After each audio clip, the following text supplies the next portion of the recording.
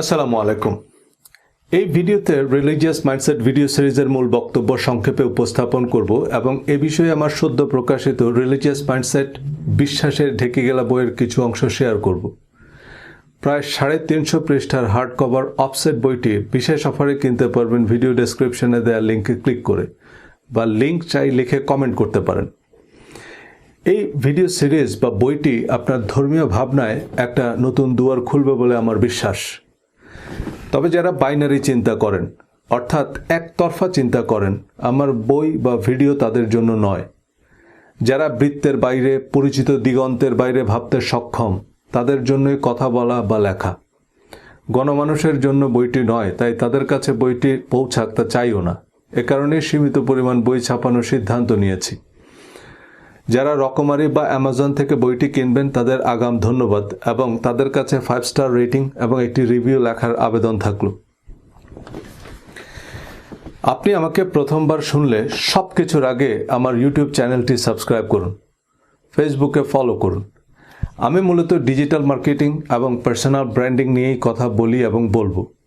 সেটাই আমার মূল পেশা বা রুটি-রুজি। ধর্ম নিয়েও কথা বলি পার্সোনাল ডেভেলপমেন্ট কারিকুলাম হিসাবেই। আপনি যেই ধর্মাবলম্বী হন, আপনার মূল ধর্মগ্রন্থই আপনার সাকসেস ম্যানুয়াল। শারীরিক, মানসিক, জাগতিক এবং আত্মিক সাফল্যের মন্ত্র আপনার ধর্মগ্রন্থ। কিন্তু এই কথাগুলো অনেকের কাছে খুব হাস্যকর শোনায়। রিলিজিয়াস মাইন্ডসেট ভিডিও সিরিজের নিয়মিত দর্শকরা একটি নতুন মাইন্ডসেট থেকে ধর্মকে উপলব্ধি করতে পারছেন। এই সিরিজটি সম্পর্কে আপনাদের মতামত দয়া করে কমেন্টে লিখে জানাবেন। এবং এই ভিডিওটি যেহেতু রিলিজিয়াস মাইন্ডসেট সিরিজের স্কাই ভিউ, তাই এই ভিডিওটি শেয়ার করার জন্য সবাইকে বিশেষভাবে অনুরোধ করব। এই ভিডিওটি আপনারা চাইলে ডাউনলোড করে সম্পূর্ণ ভিডিওটি আপনাদের নিজেদের ইউটিউব চ্যানেল বা ফেসবুক পেজে আপলোড করতে পারেন। তবে কোনো খণ্ডিত অংশ আপলোড করা যাবে না। অঙ্কের ক্লাসে মাঝখানে এসে যেমন কিছুই বোঝা যাবে না, আমার কথাগুলো মাঝখান থেকে শুনলে উল্টা বুঝবেন। রিলিজিয়াস মাইন্ডসেটে নতুন ভিডিও বানানোর ইচ্ছা বা প্রয়োজন খুব একটা নাই, কারণ আমি পার্সোনাল ডেভেলপমেন্ট এবং ডিজিটাল মার্কেটিংয়ে ফোকাস করতে চাই। আর এই প্লেলিস্টে যা ভিডিও আছে, enough to make up my point. Religion নিয়ে আগ্রহ থাকলে আমার ইউটিউব চ্যানেলের রিলিজিয়াস মাইন্ডসেট প্লেলিস্টের ভিডিওগুলো ধারাবাহিকভাবে এবং মনোযোগ দিয়ে শোনার অনুরোধ থাকলো। আর বইটি রেফারেন্স হিসাবে হাতের কাছে রাখবেন। এই বইটি একাধিকবার পড়লেও প্রতিবারই আপনার কাছে নতুন মনে হবে। কিছু ধারণা আমি ইচ্ছা করেই পুনরাবৃত্তি করেছি, কারণ এই প্রশ্নগুলো বিভিন্নভাবে ঘুরে ফিরে পাঠকের মাথায় আসবে। তবে এসব নিয়ে হাটে মাঠে যে কারোর সাথে তর্ক করবেন না, কারণ এই সহজ কথাগুলো বোঝা কিন্তু সহজ নয়। সহজ করে চিন্তা করাই কিন্তু সবচেয়ে কঠিন, কারণ আমরা বিশ্বাসের শক্ত ঢেকে গেলে বসে আছি। অনুরোধের ঢেকে গেলা এই বাংলা বাগধারার অর্থ কারো অনুরোধে ঢেকে গেলার মতো অসম্ভব কঠিন কাজ করা। এমন অসম্ভব কাজ মানুষ কারো অনুরোধে না করলেও ধর্ম বিশ্বাসে করে। পুণ্যের আশায় একসময় সদ্য বিধবা নারী স্বামীর চিতায় আত্মাহুতি দিত। একই আশায় নিরীহ মানুষ হত্যা করতে কথিত পুণ্যার্থীরা আত্মঘাতী হামলা করে। রিলিজিয়াস মাইন্ডসেট বিশ্বাসের ঢেকে গেলা এই বইটি পরিচিত বৃত্তের বাইরে থেকে ধর্মকে মূল্যায়নের একটা চেষ্টা। ধর্ম নিয়ে এই নিরপেক্ষ নির্মোহ বিশ্লেষণ করা খুবই কঠিন, কারণ আমরা প্রতিটা মানুষ ধর্মকে আমাদের ইস্পাত কঠিন রিলিজিয়াস মাইন্ডসেটের ভিত্তিতেই মূল্যায়ন করতে পছন্দ করি। তাই দিন শেষে ধর্ম নিয়ে যে যার অবস্থানেই অনড়। অথচ ধর্ম নিয়ে আলোচিত বিতর্কের বেশিরভাগ বিষয় আসলে ধর্মের সাথে সম্পর্কিতই নয়। এই বইটি কোনো ধর্মীয় ফতোয়া, পরামর্শ বা সিদ্ধান্ত না হলেও ইসলাম ধর্মের প্রধান করণীয় বর্জনীয় সম্পর্কে মুসলিম, অমুসলিম, সেকুলার, এমনকি নাস্তিক সবার ভাবনায় একটা বৈপ্লবিক পরিবর্তন আনবে। সঠিক দৃষ্টিভঙ্গি, সঠিক মাইন্ডসেট থেকে ধর্মকে মূল্যায়ন করতে সাহায্য করবে। ধর্ম এবং ধর্মের আগাছা চিহ্নিত করতে সহায়ক হবে। নাস্তিকদের অনেকে যেমন ধর্মের প্রয়োজনীয়তা উপলব্ধি করবেন, আমরা ধার্মিকরাও বুঝতে পারবো যে ধর্মের নামে আমরা বেশিরভাগ মুসলমান বিভিন্ন অধর্মের বৃত্তে বন্দী। এ বইয়ে পবিত্র কোরআনের আলোকে আমাদের প্রতিদিনের ধর্মচর্চায় নানান অসঙ্গতি তুলে ধরার চেষ্টা করেছি। হালাল, হারাম, অ্যালকোহল, নামাজ, হাদিস, হিজাব, দাড়ি সম্পর্কে কোরআনের বক্তব্য তুলে ধরেছি, যা অনেককে অবাক করবে। তবে আমার কথা নয়, কোরআন খুলে মিলিয়ে নেবেন।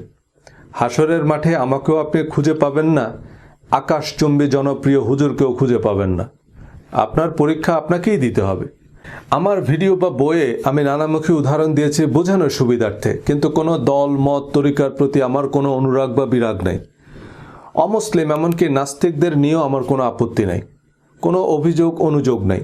তাই আপনি হাদিস, ফেকা, পীর, ফকির, ওঝা, টিয়া পাখি যাই বিশ্বাস করেন, আপনার প্রতি আমার পূর্ণ সম্মান আছে। কাউকে কষ্ট দেওয়া আমার উদ্দেশ্য নয়, তবে কেউ আহত হলে তা নিতান্তই ক্রসফায়ার বলে বিবেচিত হবে। কোরআনে আল্লাহ যতবার বেহেশতের প্রতিশ্রুতি দিয়েছেন, ততবারই বিশ্বাস ও সৎকর্মের পূর্বশর্ত দিয়েছেন। এই বিশ্বাস ও সৎকর্মের বিস্তারিত তালিকাও কোরআনে বলে দিয়েছেন, কিন্তু আমাদের পরিচিত ইসলামের সাথে সে তালিকার সম্পর্ক খুব একটা নাই বললেই চলে। কোরআনের বিশ্বাস ও সৎকর্মের তালিকা যদি আমাদের প্রতিদিনের ধর্মচর্চার ভিত্তি হতো, তবে ইসলাম ধর্মের কোনো প্রচারণার প্রয়োজন পড়তো না, বিতর্কের তো প্রশ্নই উঠত না। কোরআনের মূলনীতি বিশ্বাস ও সৎকর্মের সাথে সম্পর্কহীন, সমাজ সংসারে গুরুত্বহীন কিছু রীতিরেওয়াজ আমরা ধর্ম হিসাবে পালন করি। বিভিন্ন ব্যক্তি বা গোষ্ঠীর কথিত ধর্মীয় মতবাদ প্রতিষ্ঠায় চরম পন্থা অনুসরণ করে ধর্মকে গেলার অযোগ্য ঢেকি বানিয়েছি। কোরআনের শাশ্বত সৌন্দর্য, সরল পথ ভুলে মুসলমানরা আজ দলে দলে বিভক্ত। অথচ এই কোরআন আরবের ক্ষুদ্র ক্ষুদ্র গোত্রগুলোকে একত্রিত করে সারা পৃথিবীর অনুকরণীয় আদর্শ এবং অজেয় পরাশক্তি বানিয়েছে। আমি আমার ভিডিও সিরিজ ও বইয়ে বিভিন্ন উদাহরণ দিয়ে কোরআনের সাথে আমাদের পরিচিত ইসলাম এবং নিত্যদিনের ধর্মচর্চার বৈপরীত্য বোঝানোর চেষ্টা করেছি। উদ্দেশ্য কোরআন বুঝে পড়তে উদ্বুদ্ধ করা। আমার সব আলোচনার উদ্দেশ্য সঠিক রাস্তা নির্বাচনে সাহায্য করা। 1000 মাইলের সফর শুরুর আগে নিশ্চিত হতে হবে যে আপনি ঠিক রাস্তা ধরেছেন। উল্টা পথে যত দূর যাবেন রাস্তা কিন্তু কমবে না, রাস্তা বাড়বে। আমি জনে জনে ফতোয়াও দেই না, তেলমাখা কুস্তিগিরদের সাথে বিতর্কও করি না।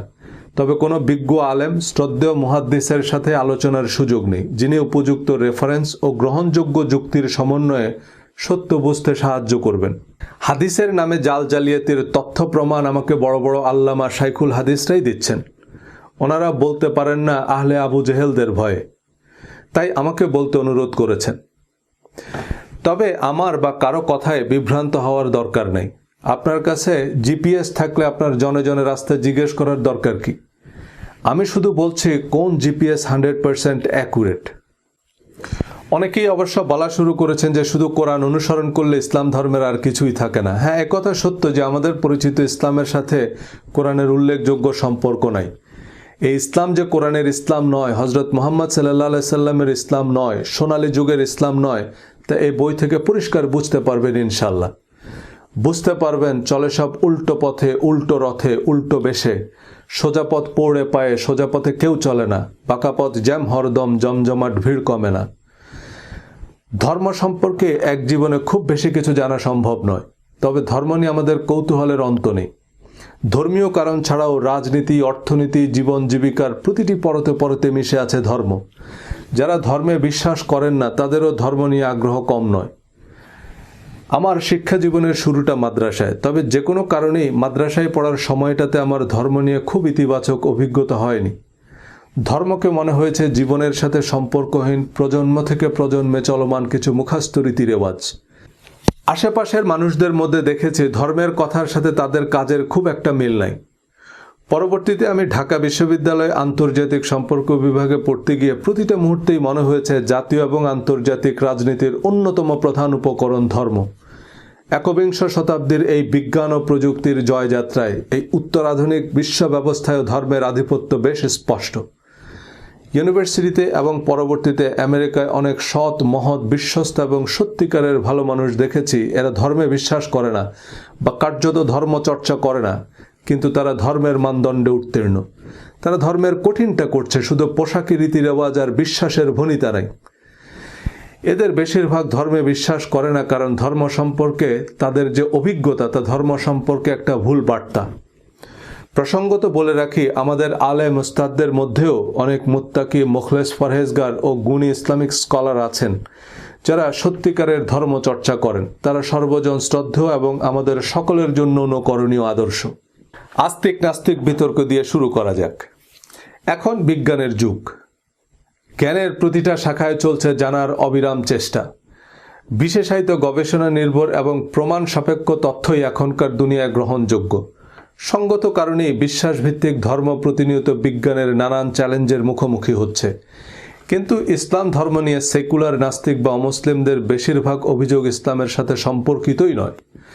মুসলমানদের জন্য আল্লাহর অনুমোদিত পথনির্দেশক হচ্ছে কোরআন, এবং কোরআন অনুযায়ী সর্বশক্তিমান আল্লাহতে অবিচল আস্থা এবং সৎকর্মই দুনিয়া ও আখেরাতের সাফল্যের পূর্বশর্ত। অন্যান্য সকল ধর্মমতের প্রতি উদার, ন্যায়সঙ্গত ও যৌক্তিক আচরণই কোরআনের নির্দেশনা।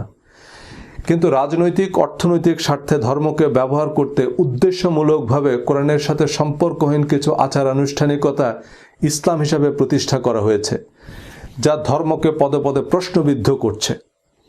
এসব প্রশ্ন নিয়ে আবার দিনভর বিতর্ক, নানান বৈজ্ঞানিক অবৈজ্ঞানিক ব্যাখ্যা, উত্তপ্ত বাদানুবাদ, হুমকি ধমকি। অথচ প্রতিটা ধর্মের মূল গ্রন্থগুলো যথাযথভাবে অনুসরণ করলে দেখবেন মুক্ত চিন্তা, প্রগতিশীলতা, পরমত সহিষ্ণুতা, মানবিক মূল্যবোধের কথা সবচেয়ে বেশি ধর্মগ্রন্থেই বলা হয়েছে। কিন্তু যারা ধর্মের দোকান খুলে বসেছেন তারা আপনাকে ধর্মের প্রকৃত সত্য জানতে দিবে না, আপনাকে চিন্তা গবেষণা করতে দিবে না। ধর্ম বিষয়ক কোনো ব্যাখ্যাকে বৈজ্ঞানিক না অবৈজ্ঞানিক হিসাবে নিব তা প্রাথমিকভাবে নির্ভর করে আমাদের এক্সিস্টিং ধর্মীয় বিশ্বাস বা রিলিজিয়াস মাইন্ডসেটের উপর। পৃথিবীর সব মানুষের কাছেই, এমনকি নাস্তিকদের কাছেও তাদের ধর্মীয় বিশ্বাস বিজ্ঞান ভিত্তিক, সার্বজনীন সত্য। কিন্তু বিজ্ঞান মানে যেটা আমরা বিশেষভাবে জানি, যে সম্পর্কে আমাদের কাছে এভিডেন্স আছে, আর বিশ্বাস হচ্ছে যে সম্পর্কে আমাদের কোনো জ্ঞান নেই বা আমাদের কাছে কোনো প্রমাণপত্র নেই, তবুও সত্য বলে মেনে নিয়েছি। বিশ্বাসের সাথে বিজ্ঞানের পার্থক্য নিয়ে আস্তিক নাস্তিক অনেকেই আমার কিছুটা দ্বিধাবিভক্ত মনে হয়েছে। অনেকে বিজ্ঞানের দোকান খুলে ধর্মকে বৈজ্ঞানিকভাবে প্রমাণের চেষ্টা করেন, কিন্তু যেটা প্রমাণিত তা তো আর বিশ্বাস নয়, তার নাম বিজ্ঞান বা হিকমা। আল্লাহ কিছু জিনিসের প্রতি ঈমান বা বিশ্বাস করতে বলেছেন, ইলম বা জানতে বলেননি, প্রমাণও করতে বলেননি। আল্লাহর অস্তিত্ব, আসমানি কিতাব, পরকাল, ফেরেশতাদের সম্পর্কে আমরা কিছুই জানি না, এবং আমাদের জীবদ্দশায় জানা সম্ভবও হবে না। কিন্তু আমাদেরকে কি জানতে বলা হয়েছে না বিশ্বাস করতে বলা হয়েছে? বিশ্বাস। আল্লাহর অস্তিত্ব প্রমাণ করতে হলে সেটা আল্লাহই সবচেয়ে ভালো করতে পারতেন। তিনি সরাসরি মানব জাতির উদ্দেশ্যে ভাষণ দিতে পারতেন। আল্লাহ আমাদের বিশ্বাস করতে বলেছেন, সো আমাদের কাজ বিশ্বাস করা। আল্লাহর অস্তিত্ব, ফেরেশতাদের অস্তিত্ব প্রমাণ করে বেড়ানো নয়। ঈমান, বিশ্বাস বা বিলিফ শব্দগুলোর অর্থই হচ্ছে যা জানি না বা যে ব্যাপারে আমাদের কাছে কোনো এভিডেন্স নাই তা সত্য বলে মেনে নেয়া। অবশ্যই সে বিশ্বাসের কিছু যৌক্তিক কারণ আছে, কিন্তু বিশ্বাস বা অবিশ্বাস কোনোটাই প্রমাণ করা যায় না। বিজ্ঞান মানে কোনো অতিপ্রাকৃতিক তেলেসমতি ব্যাপার না। সোজা বাংলায় বিজ্ঞান মানে বিশেষ জ্ঞান, কোনো বিষয়কে বিশেষভাবে জানা। ধর্মকে বুঝতে হলে ধর্ম সম্পর্কে বিশেষভাবে জানার চেষ্টা করতে হবে। শুধু শুধু টলেমি, কোপার্নিকাস, ডারউইন, মারউইন কপচালেই একটা বিরাট বৈজ্ঞানিক আলোচনা হয়ে গেল, এমনটা আমার মনে হয় না। ডারউইনকে ভুল প্রমাণ করলে ঈশ্বরের অস্তিত্ব প্রমাণ হয়ে যাবে কিভাবে? আমেরিকার বড় বড় চার্চ, হার্ভার্ড ইউনিভার্সিটির ধর্মতত্ত্বের অধ্যাপকরা ডারউইনের তত্ত্বকে বাইবেলের সাথে সাংঘর্ষিক বলেনি, বরং অনেক ধর্মতাত্ত্বিক ডারউইনের তত্ত্বকে স্বাগত জানিয়েছেন। যে বিবর্তনের যে প্রক্রিয়া ডারউইন ব্যাখ্যা করেছেন, this is the natural way how god creates life. কিন্তু পরবর্তীতে থমাস হ্যাক্সলি বানরের বিবর্তনের মাধ্যমে মানুষের আকৃতির যে ক্যারিকেচার তৈরি করেন, এটা হয়ে গেল বিবর্তনবাদের প্রতীক। আর ডারউইনিজম মানে দাঁড়ালো মানুষ বানর ছিল। আবার ডারউইন যাই বলেছে তা তার জন্য এবং সংশ্লিষ্ট ডিসিপ্লিনের যারা ছাত্র, শিক্ষক, গবেষক তাদের জন্য বিজ্ঞান, কারণ সে বিষয়ে তাদের বিস্তর গবেষণালব্ধ বিশেষ জ্ঞান আছে। কিন্তু সে বিষয়ে বিশেষ জ্ঞান তো দূরে থাক, কোনো জ্ঞানই তো আমার নাই। এখন কোনো ব্যক্তিগত বিচার বিশ্লেষণ ছাড়া নাসা, হকিংস, ডারউইন, কোপার্নিকাসের নিঃশর্ত বিশ্বাস স্থাপন কি বৈজ্ঞানিক? তবে এসব বিতর্ক নাকি নাস্তিকদের যাবতীয় যুক্তির দাঁত ভাঙ্গা জবাব। আমার কৌতূহল হচ্ছে, আপনাকে দাঁত ভাঙতে বলছে কে? দাঁত ভাঙতে গিয়ে তো আপনি ধর্মের সৌন্দর্যই নষ্ট করে ফেলেছেন। ধর্মে মানুষ আকৃষ্ট হয় ধার্মিকের চারিত্রিক সৌন্দর্যে। অপ্রয়োজনীয় বিতর্কের দাঁত ভাঙ্গা রসদ মানুষকে ধর্ম থেকে দূরে ঠেলে দেয়, ধর্ম বিদ্বেষী বানায়। যুগে যুগে দেশে দেশে যারা ধর্ম প্রচার ও প্রতিষ্ঠা করেছেন তারা চরম আত্মত্যাগ, পরম ধৈর্য আর সর্বোত্তম আচরণ দ্বারা মানুষকে ধর্মে আকৃষ্ট করেছেন। ধর্ম প্রচারের ক্ষেত্রে কোরআনের নির্দেশ হচ্ছে, তোমরা প্রজ্ঞা ও উত্তম কথার দ্বারা মানুষকে আল্লাহর পথে ডাকো। কিন্তু প্রজ্ঞা ও উত্তম কথা বললে আপনি ইহুদির দালাল, র এজেন্ট। হিন্দু, খ্রিস্টান আর নাস্তিকদের কষিয়ে গালি দিয়ে বসিয়ে দিতে পারলে আপনি দায়ী ইলাল্লাহ। ধর্ম প্রচারের ক্ষেত্রে ভিন্ন মতকে ভ্রান্ত প্রমাণের যে নীতি আমাদের ধর্মগুরুরা নিয়েছেন এবং ভক্তদের হাতে বিতর্কের যে বিষাক্ত তীর তুলে দিয়েছেন তা শেষ পর্যন্ত তাদেরকেই আঘাত করেছে। এই উত্তপ্ত বিতর্ক শুধু আস্তিক নাস্তিক, হিন্দু মুসলমান, শিয়া সুন্নিতেই থেমে নেই। জাকির নায়েক, মাওলানা মওদুদী, নোমান আলী, ইয়াসির কাদি, ডক্টর আবদুল্লাহ জাহাঙ্গীর, আব্বাসী, আজহারি সবাইকেই ভ্রান্ত, ভ্রষ্ট, কাফের, মুনাফেক, মুনকারিনে হাদিস, দালাল, জঙ্গি এমন গালিগালাজ শুনতে হচ্ছে। আল্লাহর দৃষ্টিতে ভালো কাজ বা সৎকর্ম হচ্ছে সচ্ছল অসচ্ছল অবস্থায় দান করা। যাদের উপর রাগ ঝাড়তে পারবেন বা রাগ করার খুব যৌক্তিক কারণ আছে, যাদের চাইলে শায়েস্তা করতে পারবেন বা শায়েস্তা করা উচিত, তাদের আল্লাহর ওয়াস্তে ক্ষমা করে দেয় সৎকর্ম। রাত জেগে তাহাজ্জুদের নামাজ পড়া সহজ, কিন্তু অসচ্ছল অবস্থায় দান করা, সে দানের প্রচার বা খোটা না দেয়া, সর্বাবস্থায় প্রতিশ্রুতি রক্ষা করা, বিশেষ পরিস্থিতিতে রাগ দমন করা, সব মানুষকে নিঃশর্ত ক্ষমা করা, সংকটে সংগ্রামে ধৈর্য ধারণ করা এভারেস্ট জয় করার চেয়েও কঠিন। আর এই অগ্নি পরীক্ষায় উত্তীর্ণরাই জান্নাতের সুসংবাদ প্রাপ্ত। 5 বার ওযুর পর শাহাদা পাঠ করলেই জান্নাতের 8টি দরজা খুলে দেওয়া হবে এমন প্রতিশ্রুতি আল্লাহ কোরআনে দেননি এবং নবীজিকে এই জাতীয় কোনো কথা বলতেও বলেননি। একইভাবে অবিশ্বাস, অনাস্থা ও অসৎকর্মই নরকের পথে নিয়ে যাবে। যারা মানুষের সম্পদ অন্যায়ভাবে ভোগ করে, কথায় আচরণে মানুষকে কষ্ট দেয়, ইয়াতিমকে রূঢ়ভাবে তাড়িয়ে দেয়, দরিদ্রদের খাদ্যদানে উৎসাহ দেয় না, পারতপক্ষেও ছোট ছোট বিষয়ে মানুষকে সাহায্য করে না, অনর্থক আলাপে মগ্ন থাকে, সমাজে নৈরাজ্য সৃষ্টি করে, মিথ্যা সাক্ষ্য দেয়, প্রতিশ্রুতি ভঙ্গ করে, আমানতের খেয়ানত করে, কোরআন তাদেরকে জাহান্নামের হুঁশিয়ারি দিয়েছে। শুধু নামাজ, রোজা, তাওয়াব, তেলাওয়াতের জন্য তো মানুষকে দুনিয়াতে পাঠানোর দরকার ছিল না। দুনিয়া আখেরাতের আদর্শ পরীক্ষাগার, কারণ এখানে আমাদের শত রকমের দুশ্চিন্তা, অনিশ্চয়তা, অভাব, অনটন, রোগ, শোক, ব্যবসা বাণিজ্য, দেশ, জাতি, কত রকমের স্বার্থের দ্বন্দ্ব। এসবের ভেতর দিয়ে আমরা কতখানি ধর্মের প্রকৃত আদর্শে অটল থাকি, সেটাই আমাদের পরীক্ষা। যে মানুষ শতভাগ ধর্মীয় মূল্যবোধে শক্তিমান, আখেরাতের কথা বাদ দিলাম, সে মানুষ দুনিয়াতেই অবিসংবাদিত, অনুকরণীয় আদর্শ।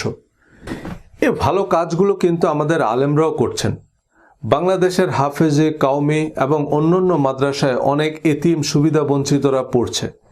এ অনাথ অসহায় ছাত্রদের দায়িত্ব কিন্তু আমাদের হুজুররা নিয়েছেন। এটা অনেক বড় ইবাদত, কিন্তু কিছু হিরো আলেমদের হাস্যকর কাণ্ডকীর্তি পুরো আলেম সমাজ, মাদ্রাসা শিক্ষা এবং ইসলাম ধর্মকেই প্রশ্নবিদ্ধ করছে। কোরআন তথা ধর্ম হচ্ছে জীবন বিধান, কিন্তু কোরআনকে পাশ কাটিয়ে জীবনের সাথে সম্পর্কহীন, সমাজ সংসারে গুরুত্বহীন কিছু পোশাক আশাক, দোয়া, তাবিজ, রীতি রেওয়াজকে আমরা ধর্ম হিসাবে চর্চা করি। কিন্তু কোরআন যেসব করণীয় বর্জনীয় বলে দিয়েছে, সেসব ছায়ার মতো অনুসরণ করলে শুধু আখেরাত নয়, দুনিয়ার জীবনও হবে প্রাপ্তিতে, প্রশান্তিতে পরিপূর্ণ। কিন্তু কোরআন বহির্ভূত বা কোরআনের সাথে সঙ্গতিহীন এই ধর্মচর্চার ভিত্তি কি? কোরআনের ব্যাখ্যা, বিশ্লেষণ, শানে নজুল বা তাৎপর্য শিরোনামে প্রচলিত হাদিস, তাফসির বা ফিকার কিতাবগুলোকে কোরআন শরিয়ার ভিত্তি হিসাবে অনুমোদন দেয়। সেই অনুমোদনের মূলনীতি বা মানদণ্ড কি? আমার বন্ধু শিক্ষকদের অনেকেই বেশ বড় বড় ইসলামিক স্কলার। আমি তাদের কাছ থেকে প্রশ্নগুলোর উত্তর জানার চেষ্টা করেছি। আমাদের প্রধান প্রধান ধর্মাচারের সাথে কোরআনের সম্পর্ক খোঁজার চেষ্টা করেছি। ইসলামে পোশাক, নামাজ, জাকাত, অ্যালকোহল, সুদ, হালাল হারাম, বিবাহ বহির্ভূত সেক্স, জিহাদ, ইসলাম ধর্মের অতি পরিচিত বিষয়াদি নিয়ে প্রশ্নবোধক আলোচনা করেছি ইউটিউবে। সেসব ভিডিওতে প্রাপ্ত রেফারেন্স বা মতামতের ভিত্তিতে সম্পূরক ভিডিও বানিয়েছি। কোনো পূর্ব নির্ধারিত সিদ্ধান্তকে প্রমাণের চেয়ে ধর্ম সম্পর্কে জানাকে প্রধান উদ্দেশ্য করে গবেষণা চালিয়েছি। এসব বিষয়ে কোরআনের মূলনীতি বোঝার চেষ্টা করেছি। সে গবেষণার ভিত্তিতে কোরআনের আলোকে ইসলাম ধর্মের প্রকৃত সৌন্দর্য সামনে আনার চেষ্টা করেছি এ বইয়ে, যা একই সাথে মুসলমানদের মধ্যে নিজেদের ধর্ম নিয়ে গর্বের অনুভূতি তৈরি করবে, কোরআন পড়ার বোঝার আগ্রহ তৈরি করবে, আবার নাস্তিক অমুসলিমদের মধ্যেও কোরআন ও ইসলাম সম্পর্কে ইতিবাচক ধারণা তৈরি করবে। বিশেষজ্ঞ কয়েকজন ইসলামিক স্কলার, মুফতি, শাইখুল হাদিস, অধ্যাপক ও কোরআন গবেষক বইটি বিশেষ গুরুত্বের সাথে রিভিউ করেছেন, গুরুত্বপূর্ণ মতামত দিয়েছেন। সেসব মতামতের ভিত্তিতে সংযোজন, বিয়োজন, সংশোধনের জটিল প্রক্রিয়ার ভিতর দিয়ে বইটি প্রকাশের জন্য প্রস্তুত করা হয়েছে। ইউটিউবের আলোচনায় কিছু তথ্যগত বা বিশ্লেষণগত ভুল বোঝাবুঝি নিয়ে, সাবস্ক্রাইবারদের প্রতিক্রিয়া বিবেচনায় নিয়ে বক্তব্যকে পক্ষপাত মুক্ত করার চেষ্টা করেছি।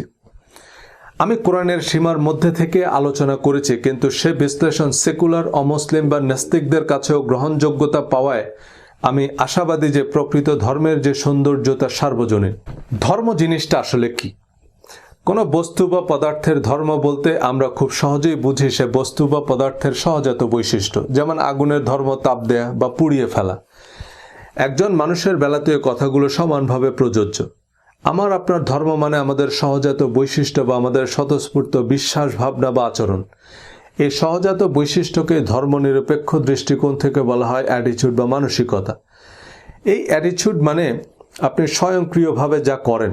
পজিটিভ অ্যাটিটিউড বলতে আমরা বুঝি তিনি অভ্যাসবশত ভালো কাজ করেন, তিনি সবসময় সত্য কথা বলেন, মানুষের সাথে সুন্দর আচরণ করেন, চুরি করেন না, দায়িত্ব অবহেলা করেন না, প্রতারণা করেন না, অসৎ পন্থা অবলম্বন করেন না, অনর্থক আলাপে মগ্ন থাকেন না, প্রতিশ্রুতি ভঙ্গ করেন না। পৃথিবীর যে কোনো প্রতিষ্ঠান নতুন কর্মী বা কর্মকর্তা নিয়োগের সময় এই গুণগুলো নিশ্চিত হতে চায়, কারণ এই মানুষগুলোকে নিয়ে কর্মক্ষেত্রে কোনো অভিযোগ অনুযোগ থাকে না, এদের সার্বক্ষণিক নজরদারির মধ্যে রাখতে হয় না। আর নেগেটিভ অ্যাটিটিউড মানে এরা অকারণে মিথ্যা কথা বলে, খারাপ ভাষায় তর্ক করে, অনর্থক কথায় বা কাজে মগ্ন থাকে, সুযোগ পেলেই চুরি করে, আমানতের খেয়ানত করে, প্রতিশ্রুতি ভঙ্গ করে, দায়িত্বে অবহেলা করে, প্রতিবেশী বা সহকর্মীকে সাহায্য করে না। এমন মানুষদের পর্বত প্রমাণ যোগ্যতা থাকলেও কোনো প্রতিষ্ঠান এদের কর্মী বা কর্মকর্তা হিসাবে নিতে চায় না। মানুষ এদের সম্মান করে না, বন্ধু হিসাবে গ্রহণ করে না, নেতা হিসাবে মেনে নিতে চায় না, এদের জীবনসঙ্গী হতে চায় না, কারণ এদের নিয়ে জীবনে কর্মক্ষেত্রে বহুমাত্রিক সমস্যার সৃষ্টি হয়, সার্বক্ষণিক নজরদারির মধ্যে রাখতে হয়, বিচার, সালিশ, অভিযোগ অনুযোগের অন্ত থাকে না। সুতরাং চাকরি, ব্যবসা, সমাজ, সংসার, জীবনের সর্বক্ষেত্রেই সাফল্যের ভিত্তি হচ্ছে ইতিবাচক মানসিকতা ও দৃষ্টিভঙ্গি। আমাদের ধর্ম হচ্ছে আমাদের অ্যাটিটিউড বা আমাদের স্বতঃস্ফূর্ত আচরণের বহিঃপ্রকাশ। আমি যখন বলবো আমার ধর্ম হচ্ছে ইসলাম, তো আমার আচার আচরণ, বিশ্বাস, ভাবনায় স্বতঃস্ফূর্তভাবে ইসলামী বিধিনিষেধ ফুটে উঠবে। যার ধর্ম হিন্দু তার সহজাত বৈশিষ্ট্যে বেদ বা গীতার শিক্ষা স্পষ্ট থাকতে হবে। খ্রিস্টান মানে তার চরিত্রে বাইবেলের প্রতিফলন থাকবে। কিন্তু আমরা কতজন আমাদের নিজ নিজ ধর্মের মানদণ্ডে উত্তীর্ণ? বিভিন্ন পোশাকের রীতি রেওয়াজ, প্রথা, পার্বণ, মুখস্থ কিছু দোয়া, তাবিজ, কিচ্ছা কাহিনীর একটা অর্থহীন প্যাকেজকে আমরা ধর্ম হিসাবে চর্চা করি, যার সাথে প্রকৃত ধর্মের বিশেষ কোনো সম্পর্কই নেই।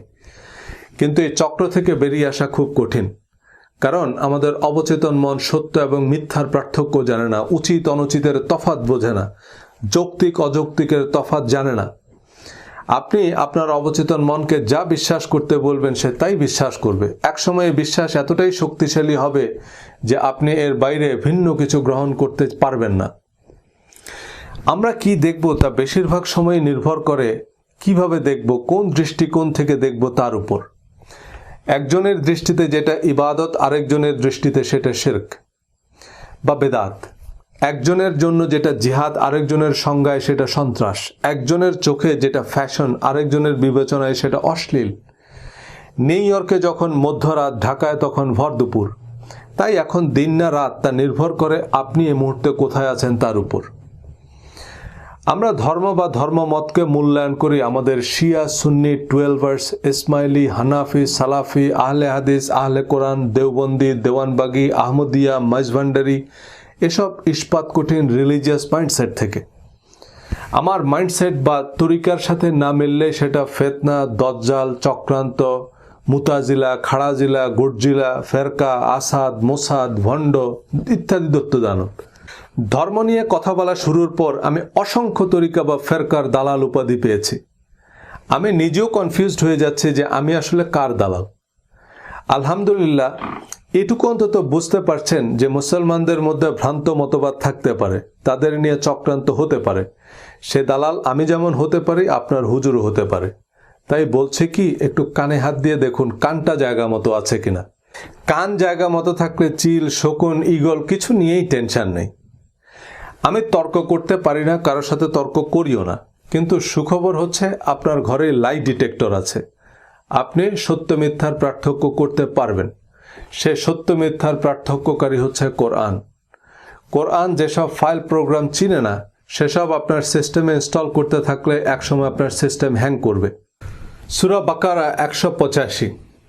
কোরআন নাজিল করা হয়েছে মানুষের জন্য পথনির্দেশক, সুস্পষ্ট প্রমাণ ও সত্য মিথ্যার পার্থক্যকারী রূপে।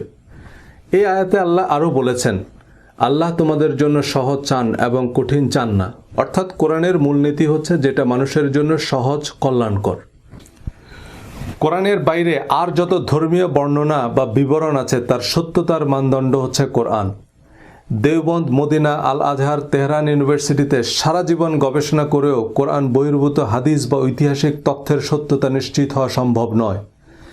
হাজার বছরের গবেষণার পরও এ পণ্ডিতরা ঐক্যমতে পৌঁছাতে পারেনি। কোনো নির্দিষ্ট হাদিস বা ঐতিহাসিক তথ্যের পক্ষে যত যুক্তি দেয়া হোক না কেন তা বিশ্বাস, যা সবাই নিজেদের মাযহাবের অনুমোদন অনুযায়ী বিশ্বাস করে। ইসলামের যে ইতিহাস আতাউর রহমান মিয়াজির মতো সুন্নি ইতিহাসবিদরা জানেন, তেহরান ইউনিভার্সিটির হাদিসের অধ্যাপকরা তা বিকৃত মিথ্যা ইতিহাস বলেই বিশ্বাস করেন। কোরআন সকল সন্দেহের ঊর্ধ্বে এবং মুত্তাকিদের জন্য জিপিএস বা পথ প্রদর্শক। কোরআনে আল্লাহ বহুবার বলেছেন, আমি তো কোরআনকে সহজ করে দিয়েছি উপদেশ গ্রহণের জন্য। আল্লাহ নবীকে বলেছেন, আমি তোমার উপর এই কিতাব নাজিল করেছি সকল বিষয়ের সুস্পষ্ট বিবরণ এবং মুসলমানদের জন্য গাইডেন্স, ক্ষমা ও সুসংবাদ হিসাবে। অনেকেই কোরআনের অনেক রূপক, উপমা, রহস্যময় আয়াতকে পুঁজি করে প্রশ্ন করেন যে কোরআন থেকে এসব আয়াতের অর্থ বোঝা সম্ভব নয়। খুবই যৌক্তিক, কিন্তু তা আমাদের বোঝার প্রয়োজনও নেই। আল্লাহ পবিত্র কোরআনে বলেছেন, তিনি তোমার উপর কিতাব নাজিল করেছেন, তার মধ্যে রয়েছে মুহকাম আয়াতসমূহ, যেগুলো কিতাবের মূল, আর অন্যগুলো মুতাশাবিহ। ফলে যাদের অন্তরে রয়েছে সত্য বিমুখ প্রবণতা, তারা ফিতনার উদ্দেশ্যে এবং ভুল ব্যাখ্যার অনুসন্ধানে মুতাশাবিহ আয়াতগুলোর পিছনে লেগে থাকে, অথচ আল্লাহ ছাড়া কেউ এর ব্যাখ্যা জানে না। অর্থাৎ কোরআনের মুহকাম, হুকুম, আহকাম বা বিধিবিধান সংক্রান্ত আয়াতগুলো সহজ এবং স্পষ্ট। সূরা বাকারার 185 এবং 187 এ দুটি আয়াত যে কোনো অমুসলিমকে দিলেও সে রোজার বিস্তারিত বিধিবিধান বলে দিতে পারবে। সূরা বাকারা 187 নং আয়াতের শেষে আল্লাহ তাই বলছেন, এভাবেই আল্লাহ তার আয়াতসমূহ মানুষের জন্য স্পষ্ট করেন যাতে তারা সৎকর্মশীল হতে পারে। কোরআনের বিধিবিধান আপনি পরিষ্কার বুঝবেন, কিন্তু আপনি যে বুঝেন নাই বা বিষয়টা যে এত সহজ নয়, এ হাইকোর্ট দেখাতে বাদশাহ আলমগীরের ফতোয়াপিডিয়া লাগবে, যাতে শত শত ফিকহ কিতাবের পরস্পর বিরোধী রায় আছে। কোরআনের মুতাশাবিহ আয়াতগুলোর অর্থ আল্লাহ ছাড়া কেউ জানে না, কিন্তু যাদের অন্তরে রয়েছে সত্য বিমুখ প্রবণতা, তারা এই মুতাশাবিহ আয়াতগুলোর মন গড়া ব্যাখ্যা দিয়ে আল কায়দা বানাচ্ছে। ধর্মের নিত্য নতুন দোকান খোলে, অমুক আয়াতের অর্থ নবী নূরের তৈরি, সুতরাং এটা বিশ্বাস না করলে সে কাফের, কাফেরের পিছনে নামাজ পড়লে নামাজ হবে না, সুতরাং নূর পার্টির আলাদা মসজিদ বানানো লাগবে। অথচ নবী নূরের তৈরি না মাটির তৈরি আল্লাহই ভালো জানেন, আমাদের আদার ব্যাপারে জাহাজের খবর নেওয়ার দরকার কি? এই রূপক মুতাশাবিহ আয়াতের অযাচিত ব্যাখ্যা দিয়ে ধর্মকে গেলার অযোগ্য ঢেকি বানানো হয়েছে। এটা বিশ্বাস করলে কাফের, আবার না বিশ্বাস করলেও কাফের। ইমাম আবু হানিফা কাঁকড়া খাওয়াকে হারাম বলেছেন, সুতরাং কাঁকড়া খাওয়া হারাম, আর হারামকে হালাল মনে করলে সে কাফের। আবার আরেক ইমাম কাঁকড়া খাওয়াকে হালাল ফতোয়া দিয়েছেন, তো সেই ইমাম কাফের হননি? শেষ পর্যন্ত আমাদের সামনে অপশন হচ্ছে, আমরা কি মাদানী হুজুরকে মানব না আজহারি হুজুরকে মানব। কোরআনে আল্লাহ বলেছেন, হে মানুষেরা, তোমরা সকলে তোমাদের নিকট তোমাদের প্রভুর কাছ থেকে যা নাজিল হয়েছে তার অনুসরণ করো এবং তাকে ছাড়া অন্য কিছু অনুসরণ করো না। মৃত্যুদণ্ডের বিধানসহ ইসলামী শরিয়ার অসংখ্য দণ্ডবিধি আছে যার ভিত্তি কোরআন নয়। রাসূলের অনুসরণের মোড়কে দিন শেষে বাদশাহ আলমগীরের দ্বীন-ই আলমগীরি অনুসরণ করছি।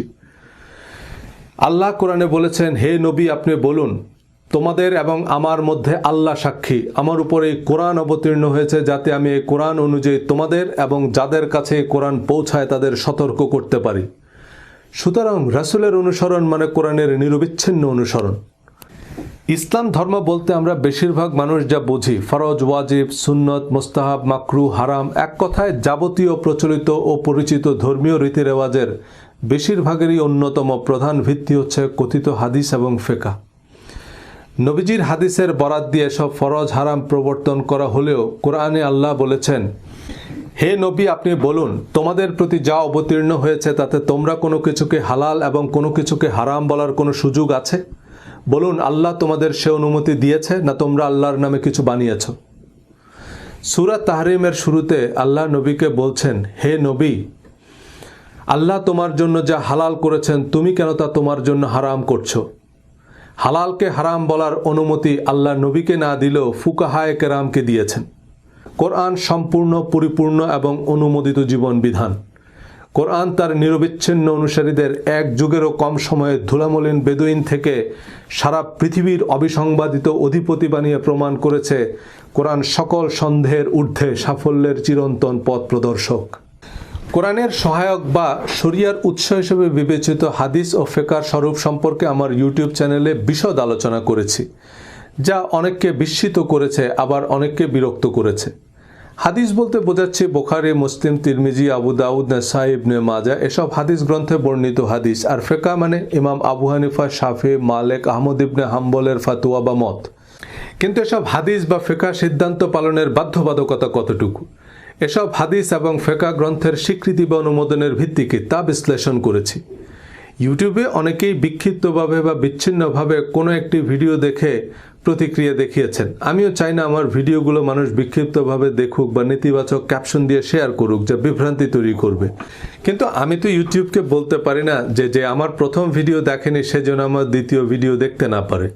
আমি যদিও একটি প্লেলিস্টে সবগুলো ভিডিও সাজিয়ে দিয়েছি, এই ভিডিওর ডেসক্রিপশনে লিঙ্ক আছে, কিন্তু অনেকেই ধারাবাহিকভাবে বোঝার উদ্দেশ্যে শুনেন না, দাঁত ভাঙ্গা জবাব দেওয়ার উদ্দেশ্যে শুনেন।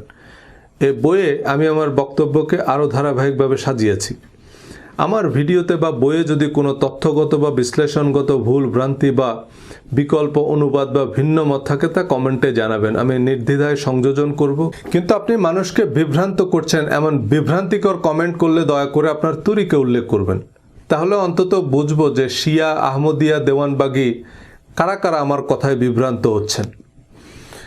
বেশিরভাগ মানুষ হাদিস বলতে বোঝেন নবীজি সাল্লাল্লাহু আলাইহি সাল্লামের বাণী। এ কারণে কোনো নির্দিষ্ট হাদিস না মানার অর্থ করেন নবী মানে না। কত বড় কথা! নবী না মানলে সে মুসলমান হয় কি করে? হাদিস শব্দের অর্থ কথা বা স্টেটমেন্ট। যেমন কোরআনের আয়াতকে আল্লাহ হাদিস বলেছেন।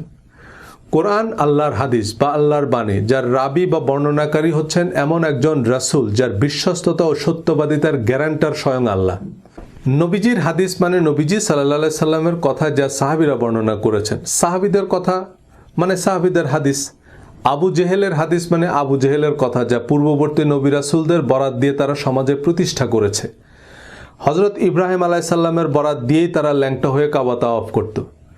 শয়তানের হাদিস মানে শয়তানের কথা। লাহওয়াল হাদিস মানে ফালতু কথা। হাদিসের একাডেমিক পরিভাষা হচ্ছে খবর। খবর মানে খুব সহজ, নিউজ। হাদিস বর্ণনাকারী সাহাবীকে ইংরেজিতে বলে রিপোর্টার, যেমন রিপোর্টেড বাই আবু হুরায়রা রাদিয়াল্লাহু তাআলা আনহু। হাদিস সংকলক ইমাম অনেকটা সম্পাদকের মতো, যিনি খবরের সত্যতা যাচাই বাছাই করে প্রকাশ করবেন। কিন্তু হাদিস বা খবর সত্য, মিথ্যা, উদ্দেশ্য প্রণোদিত যে কোনো কিছুই হতে পারে। হাদিস বর্ণনাকারী সাহাবী বা সংকলনকারী ইমামদের নাম বা অনুমোদন কোরআনে নাই। হাদিস বর্ণনাকারী সাহাবী বা সংকলনকারী ইমাম এবং প্রজন্ম থেকে প্রজন্মে যাদের মাধ্যমে আমাদের কাছে পৌঁছেছে তাদের সকলের সত্যবাদিতা ও বিশ্বস্ততার গ্যারান্টার হচ্ছেন আমাদের মাদানী, আব্বাসী বা আজহারি হুজুর। কোরআনে অনির্দিষ্টভাবেও কাউকে নবীজির কোরআন বহির্ভূত হাদিস বা আনঅফিসিয়াল স্টেটমেন্ট সংগ্রহের নির্দেশ দেওয়া হয়নি, এবং সুনির্দিষ্টভাবে কোনো সাহাবের নাম, পরিচয়, বিশ্বস্ততা ও সত্যবাদিতার নিশ্চয়তা দেওয়া হয়নি। বরং কোরআনে আল্লাহ বলেছেন, মদিনাবাসীদের মধ্যে অনেক মুনাফিক আছে, তুমি তাদেরকে চিনো না, আমি তাদেরকে চিনি। নবীজি সাল্লাল্লাহু আলাইহি সাল্লামের সময়ের মুসলমানদের মধ্যে কারা মুনাফিক ছিল তা নবীজিও জানতেন না। কিন্তু আমাদের আজহারি বা আব্বাসী হুজুররা এতটাই নিশ্চিত যে তাদের বর্ণনাকে নবীজির কথা হিসেবে বিশ্বাস না করলে সে কাফের।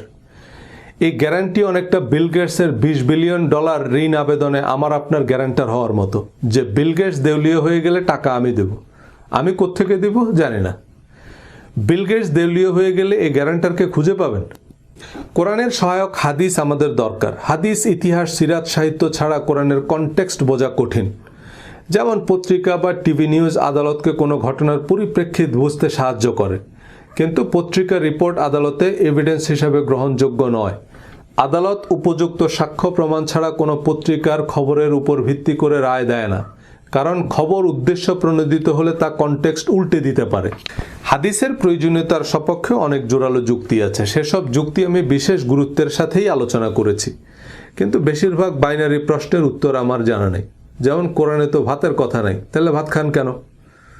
কোন চাইলের ভাত খাবেন এটা হাদিস ছাড়া কিভাবে জানব? আমাদের দেশে অনেক বিদেশি কোম্পানি ব্যবসা করে, সব বিদেশি কোম্পানিকে তাড়িয়ে দেওয়া অবাস্তব এবং খুব যৌক্তিক কারণেই এমন হাজারো প্রশ্ন করা যাবে যে বিদেশি তেল ছাড়া গাড়ি চালাবেন কেমনে, এবং খুব যুক্তিসঙ্গত কারণেই ইস্ট ইন্ডিয়া কোম্পানিকে আমাদের দেশে ব্যবসা করতে দেওয়া হয়, কিন্তু তাদের কার্যক্রম ব্যবসার মধ্যে সীমাবদ্ধ থাকেনি। ব্যবসার নামে আসা এই ইংরেজ ভদ্রলোকরা শেষ পর্যন্ত আমাদের সর্বস্ব লুট করে নিয়ে যায়। বহু আন্দোলন সংগ্রাম রক্তের বিনিময়ে অবশেষে মুক্তি মিলেছে। লোকমুখে শোনা কোরআন বিরুদ্ধ উদ্দেশ্য প্রণোদিত জালিয়াত চক্রের হাদিস ইস্ট ইন্ডিয়া কোম্পানির মতো ইসলাম ধর্মের ঘাড়ে চেপে বসেছে। বিশ্ব আশেকে রাসূলের নামে আরামবাগে প্রতি বছর বিশ্ব আশেকে আবু জেহেল সম্মেলন অনুষ্ঠিত হয়। নবীজির নামে প্রচলিত হাদিসের বেশিরভাগ নবীজির কথা নয়। সাইবার সিকিউরিটি বা সাইবার ক্রাইম নিয়ে কথা বলার অর্থ এই নয় যে ইন্টারনেট ছাড়া কেমনে চলবেন। আপনার কম্পিউটারের অপারেটিং সিস্টেম এবং সিকিউরিটি সিস্টেম যে ফাইল চিনে না তাকে ফুল অ্যাক্সেস দেয়া কেমন আত্মঘাতী হতে পারে? যে সাংবাদিক সংবাদ মাধ্যম থেকে আমরা নবীজির এসব অননুমোদিত বক্তব্য পাচ্ছি, আল্লাহর প্রদত্ত কোরআনীদের কাউকেই চিনে না। আল্লাহর ডাটাবেজে এসব সাংবাদিক সম্পাদক সংবাদ সংস্থার নাম নাই। তাহলে হাদিস কি এবং কেন? সাধারণত হাদিস বলতে বোঝায় নবীজির আনঅফিশিয়াল স্টেটমেন্ট যার উল্লেখ কোরআনে নাই। যদিও প্রচলিত হাদিস গ্রন্থে সাহাবী তাবি এবং তাবে তাবিদের স্টেটমেন্টও আছে যা শরিয়ার উৎস হিসেবে বিবেচিত হয়। কারণ কি? কোরআনে আল্লাহ বলেছেন, তোমরা আল্লাহ তার রাসূলের আনুগত্য করো, তোমাদের জন্য রাসূলের জীবনেই আছে উত্তম আদর্শ। একই কথা আল্লাহ ইব্রাহিম আলাইহিস সালাম সম্পর্কেও বলেছেন যে ইব্রাহিম ও তার সাথীদের মধ্যে তোমাদের জন্য রয়েছে উত্তম আদর্শ। তোমাদের জাতির পিতা ইব্রাহিম, তিনিই তোমাদের নাম রেখেছেন মুসলমান। নবীজি ও ইব্রাহিম আলাইহিস সালাম সহ সকল নবীদের সিরাত ও সুন্নত অনুসরণ ইমানের অংশ। হযরত আদম আলাইহিস সালাম থেকে শুরু করে সকল নবীগণের কথা কাজ অনুমোদনের নিঃশর্ত অনুসরণ বাধ্যতামূলক, কিন্তু নবীদের কথা কাজ অনুমোদনের নির্ভুল বিবরণ কেবলমাত্র কোরআনেই আছে। আল্লাহ নবীদের নাম ঠিকানা পরিচয়পত্র সহ কোরআনে উল্লেখ করেছেন। সূরা ইব্রাহিম, সূরা মুহাম্মদ, সূরা নূহ, সূরা ইউসুফ, সূরা আম্বিয়া, সূরা আহজাব, কোরআন জুড়ে আল্লাহ নবীদের হাদিস ও সুন্নতি বর্ণনা করেছেন। হযরত মূসা আলাইহিস সালাম, ঈসা আলাইহিস সালাম, ইব্রাহিম আলাইহিস সালাম কি বলে সালাম দিয়েছেন, আদম আলাইহিস সালাম, জাকারিয়া আলাইহিস সালাম এবং অন্যান্য নবীগণ আল্লাহর কাছে কি দোয়া করেছেন আল্লাহ কোরআনে উল্লেখ করেছেন। আল্লাহর নবীদের মকবুল দোয়া আল্লাহ কোরআনে বলে দিয়েছেন। যারা কোরআনে নবীদের সুন্নত খুঁজে পাননি তারা চশমা চোখে দিয়ে চশমা খুঁজে বেড়াচ্ছেন। আল্লাহ তার রাসূলের আনুগত্য করো এ কথার অর্থ আবু হুরায়রা বা ইমাম বুখারীর স্টেটমেন্টকে নবীজির কথা বলে মেনে নেওয়াকে বোঝায় না। আল্লাহর দূত হিসেবে নবীজিকে আল্লাহ ডিপ্লোম্যাটিক পাসপোর্ট দিয়েছেন। নবীজির অফিসিয়াল স্টেটমেন্ট অবিকল সংরক্ষণের দায়িত্ব নিয়েছেন, কিন্তু আবু হুরায়রা বা ইমাম বুখারীর নিবন্ধন সার্টিফিকেটই নাই। কোরআনের সহস্রাধিক আয়াত আছে যেখানে আল্লাহ নবীকে বলেছেন, হে নবী আপনি বলুন, হে নবী আপনি পড়ুন, আপনি করুন, আপনি করবেন না, শুধু কল বা হে নবী আপনি বলুন এই শব্দটা কোরআনের 332টা আয়াতের শুরুতে আছে। পুরা কোরআনের কেন্দ্রীয় চরিত্রই তো নবীজি, কোরআনই তো নবীজির বায়োগ্রাফি। সুতরাং নবীজি কি বলেছেন, কি করেছেন, কি আদেশ করেছেন, কি নিষেধ করেছেন তার বিশদ বর্ণনা কোরআনেই আছে। সেসবের সত্যতার গ্যারান্টার স্বয়ং আল্লাহ। এর বাইরে কেউ নবীর নামে কিছু বললেই তা নবীজির হাদিস নয়। জাল টাকায়ও গভর্নরের স্বাক্ষর থাকে। গভর্নরের স্বাক্ষর থাকলে যদি টাকা মনে করেন তো কত টাকা লাগবে বলেন? নবীজি ছাড়াও সাহাবী, তাবি এবং তাবে তাবেইন অর্থাৎ ইসলামের প্রথম 3 প্রজন্মের মুসলমানদের কথা কাজ অনুমোদনও প্রচলিত ধর্মচর্চায় শরীয়তের ভিত্তি বা কোরআনের মতোই অবশ্য পালনীয় বিধান বা ফরজ ওয়াজিব হিসাবে অন্তর্ভুক্ত করা হয়েছে। কোরআনের বিপরীতে ফুকাহায়ে কেরাম হালাল হারাম থেকে শুরু করে মৃত্যুদণ্ডের বিধানও দিতে পারেন।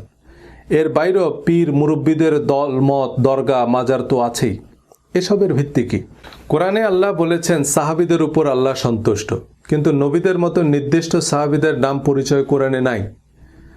সুতরাং কোন কোন সাহাবের উপর আল্লাহ সন্তুষ্ট তা আমরা জানি না। এর বিপরীতে কোরআনের বর্ণনা অনুযায়ী মদিনাবাসীদের মধ্যে মুনাফিকও ছিল, যাদেরকে নবীজিও চিনতেন না।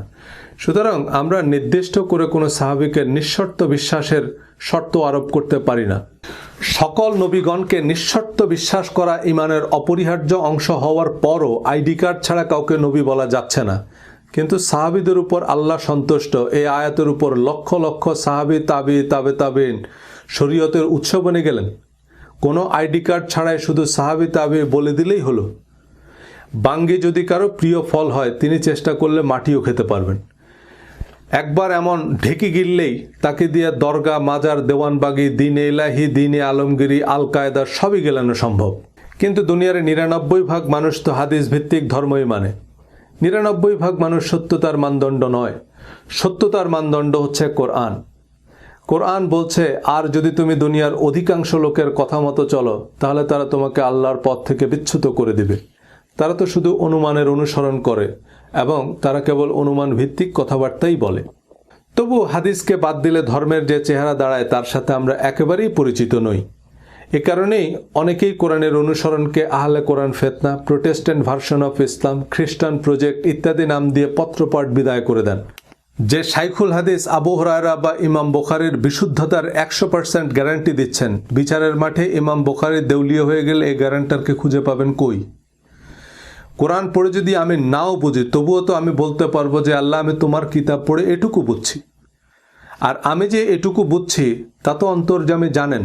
কিন্তু আমি যদি বলি যে আমি বুখারী শরীফে পড়েছি, আল্লাহ যদি জিজ্ঞেস করে যে বুখারী আবার কে, তখন? আমাদের শাইখুল হাদিসরা লাখ লাখ হাদিস মুখস্থ করেছেন, আলহামদুলিল্লাহ। এবং এই বিবেচনাই আমরা তাদেরকে সাহাবী, তাবিদের গ্যারান্টার হিসাবে মানি। আমরা যেহেতু দেওবন্দ, মদিনায় পড়িনি, আমরা হাদিস কোরআন নিয়ে কথা বলার কে?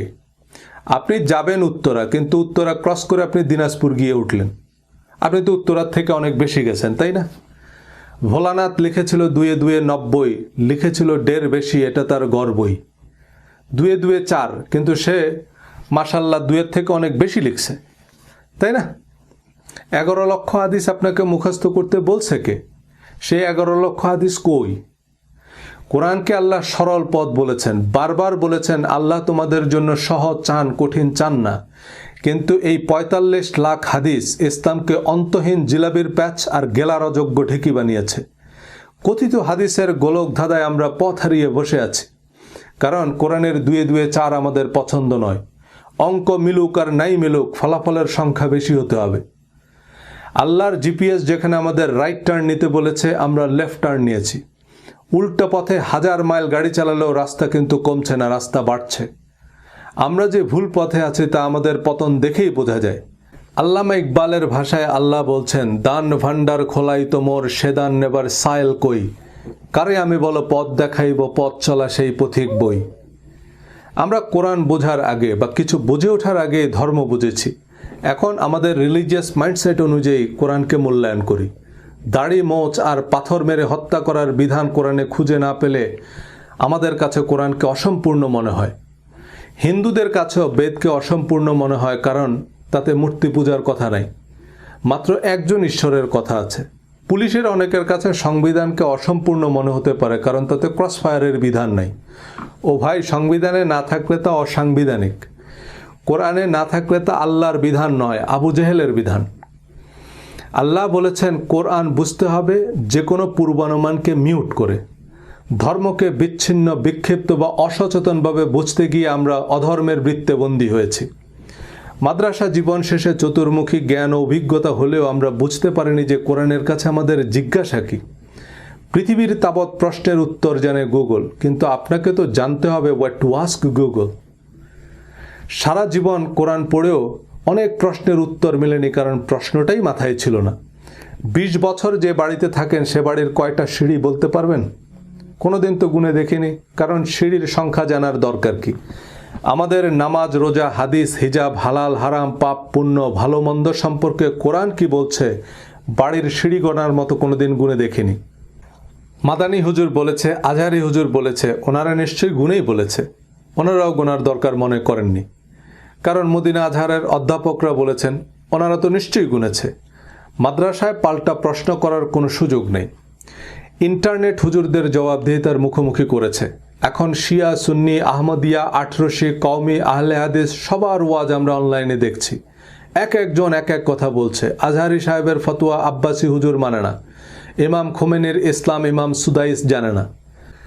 আমি হাদিস, তাফসির, ইসলামের ইতিহাস, সাহিত্য সবই পড়ি এবং পড়তে উৎসাহ দিই।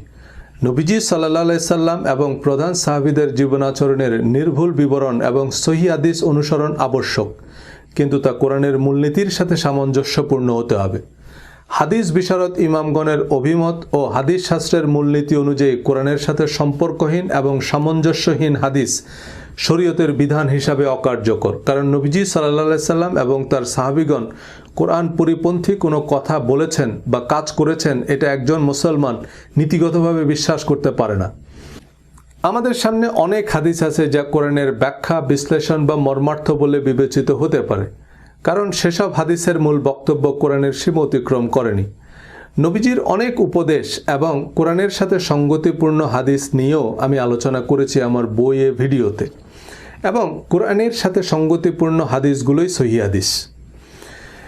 কিন্তু এই হাদিসগুলো বিবেচনায় নিয়ে আপনি যখনই হাদিসকে নিঃশর্ত অনুমোদন দিবেন, তখন দেখবেন অসংখ্য হাদিস এবং হাদিস ভিত্তিক সিদ্ধান্ত কোরআন বিরুদ্ধ, কোরআনের সাথে সামঞ্জস্যহীন এবং অতিরঞ্জন, ইসলামের মৌলিক নীতির পরিপন্থী। হাদিসের চোরাবালিতে ইসলাম অধ্যায়ে এমন কিছু হাদিস পাশাপাশি আলোচনা করেছি। নবীর সুন্নত বলতে যারা দাড়ি রাখা আর অবাঞ্ছিত লোম কাটা বোঝেন, তারা হাদিস না মানা বলতেও এসব কিছুই বোঝেন। আমি নবীর সুন্নত বলতে আজওয়া খেজুর বুঝি না। হাদিসও আমার আপত্তি আপনার হিজাব, নেকাব বা দাড়ি নিয়ে নয়। মিথ্যা হাদিস ছাপানো জালিয়াত চক্র আমাদের দাড়ি মোচের পক্ষে বিপক্ষে প্রতিযোগিতায় বসিয়ে দিলেও তাদের উদ্দেশ্য ভিন্ন। সূরা মায়দা 44 নং আয়াতে আল্লাহ বলছেন, আর যারা আল্লাহ যা নাজিল করেছেন তার মাধ্যমে বিচার বা ফয়সালা করে না, তারাই কাফের। পরের আয়াতে বলেছেন, আর যারা আল্লাহ যা নাজিল করেছেন তার মাধ্যমে বিচার করে না, তারাই জালেম। সূরা মায়দা 47 নং আয়াতে আবারও বলেছেন, আর আল্লাহ যা নাজিল করেছেন যারা তার মাধ্যমে বিচার ফয়সালা করে না, তারাই ফাসেক বা পাপিষ্ঠ। তিনটি আয়াতে উল্লেখিত ইয়াহকুমের মূল শব্দ হুকুম। হুকুম শব্দটি বিদেশি শব্দ হিসাবে বাংলায় ব্যবহৃত হয়। মুখ্য মহানগর হাকিম। হাকিম মানে বিচারক, হুকুম মানে রায়। এ রায় হতে হবে কোরআনের দণ্ডবিধি মোতাবেক। এই আয়াতগুলোর যে কোনো অনুবাদ যে কোনো অমুসলিমকে দিলেও সে পরিষ্কার বলে দিতে পারবে এই আয়াতগুলোর অর্থ কী। এবার কোনো মুফাসসিরে কোরআনকে জিজ্ঞেস করেন যে মুরতাদ বা ধর্মত্যাগীর শাস্তি মৃত্যুদণ্ড, আল্লাহ বা নবী অবমাননার জন্য ফাঁসি বা মৃত্যুদণ্ডের বিধান কোরআনের কোন আয়াতে দেওয়া হয়েছে?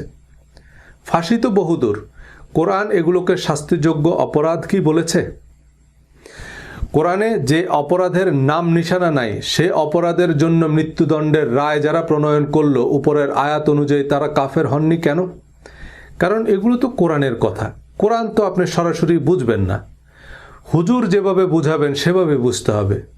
কারণ আল্লাহ তার রাসূলের অনুসরণ করো, আর ওলামারা রাসূলের খলিফা।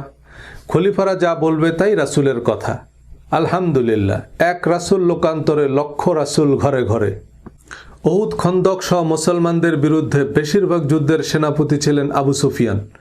উহুদ যুদ্ধে মুসলমানদের নাজেহাল হতে হয়েছে খালিদ বিন ওয়ালিদের পাল্টা আক্রমণে। নবীজি সাল্লাল্লাহু আলাইহি সাল্লাম মক্কা বিজয়ের পর ঘোষণা দিলেন, যারা আবু সুফিয়ানের ঘরে আশ্রয় নেবে তারা নিরাপদ। এই আবু সুফিয়ানের ছেলে হযরত মুয়াবিয়া কয়েক দশক মুসলিম বিশ্ব শাসন করেন। খালিদ বিন ওয়ালিদ মুসলিম জাহানের প্রধান সেনাপতির পদ পেয়েছেন। খালিদ বিন ওয়ালিদের পরিবর্তে নবীজির নির্দেশে মুসলিম বিশ্বের সেনাপতির দায়িত্ব পান আবু জেহেলের পুত্র ইকরিমা।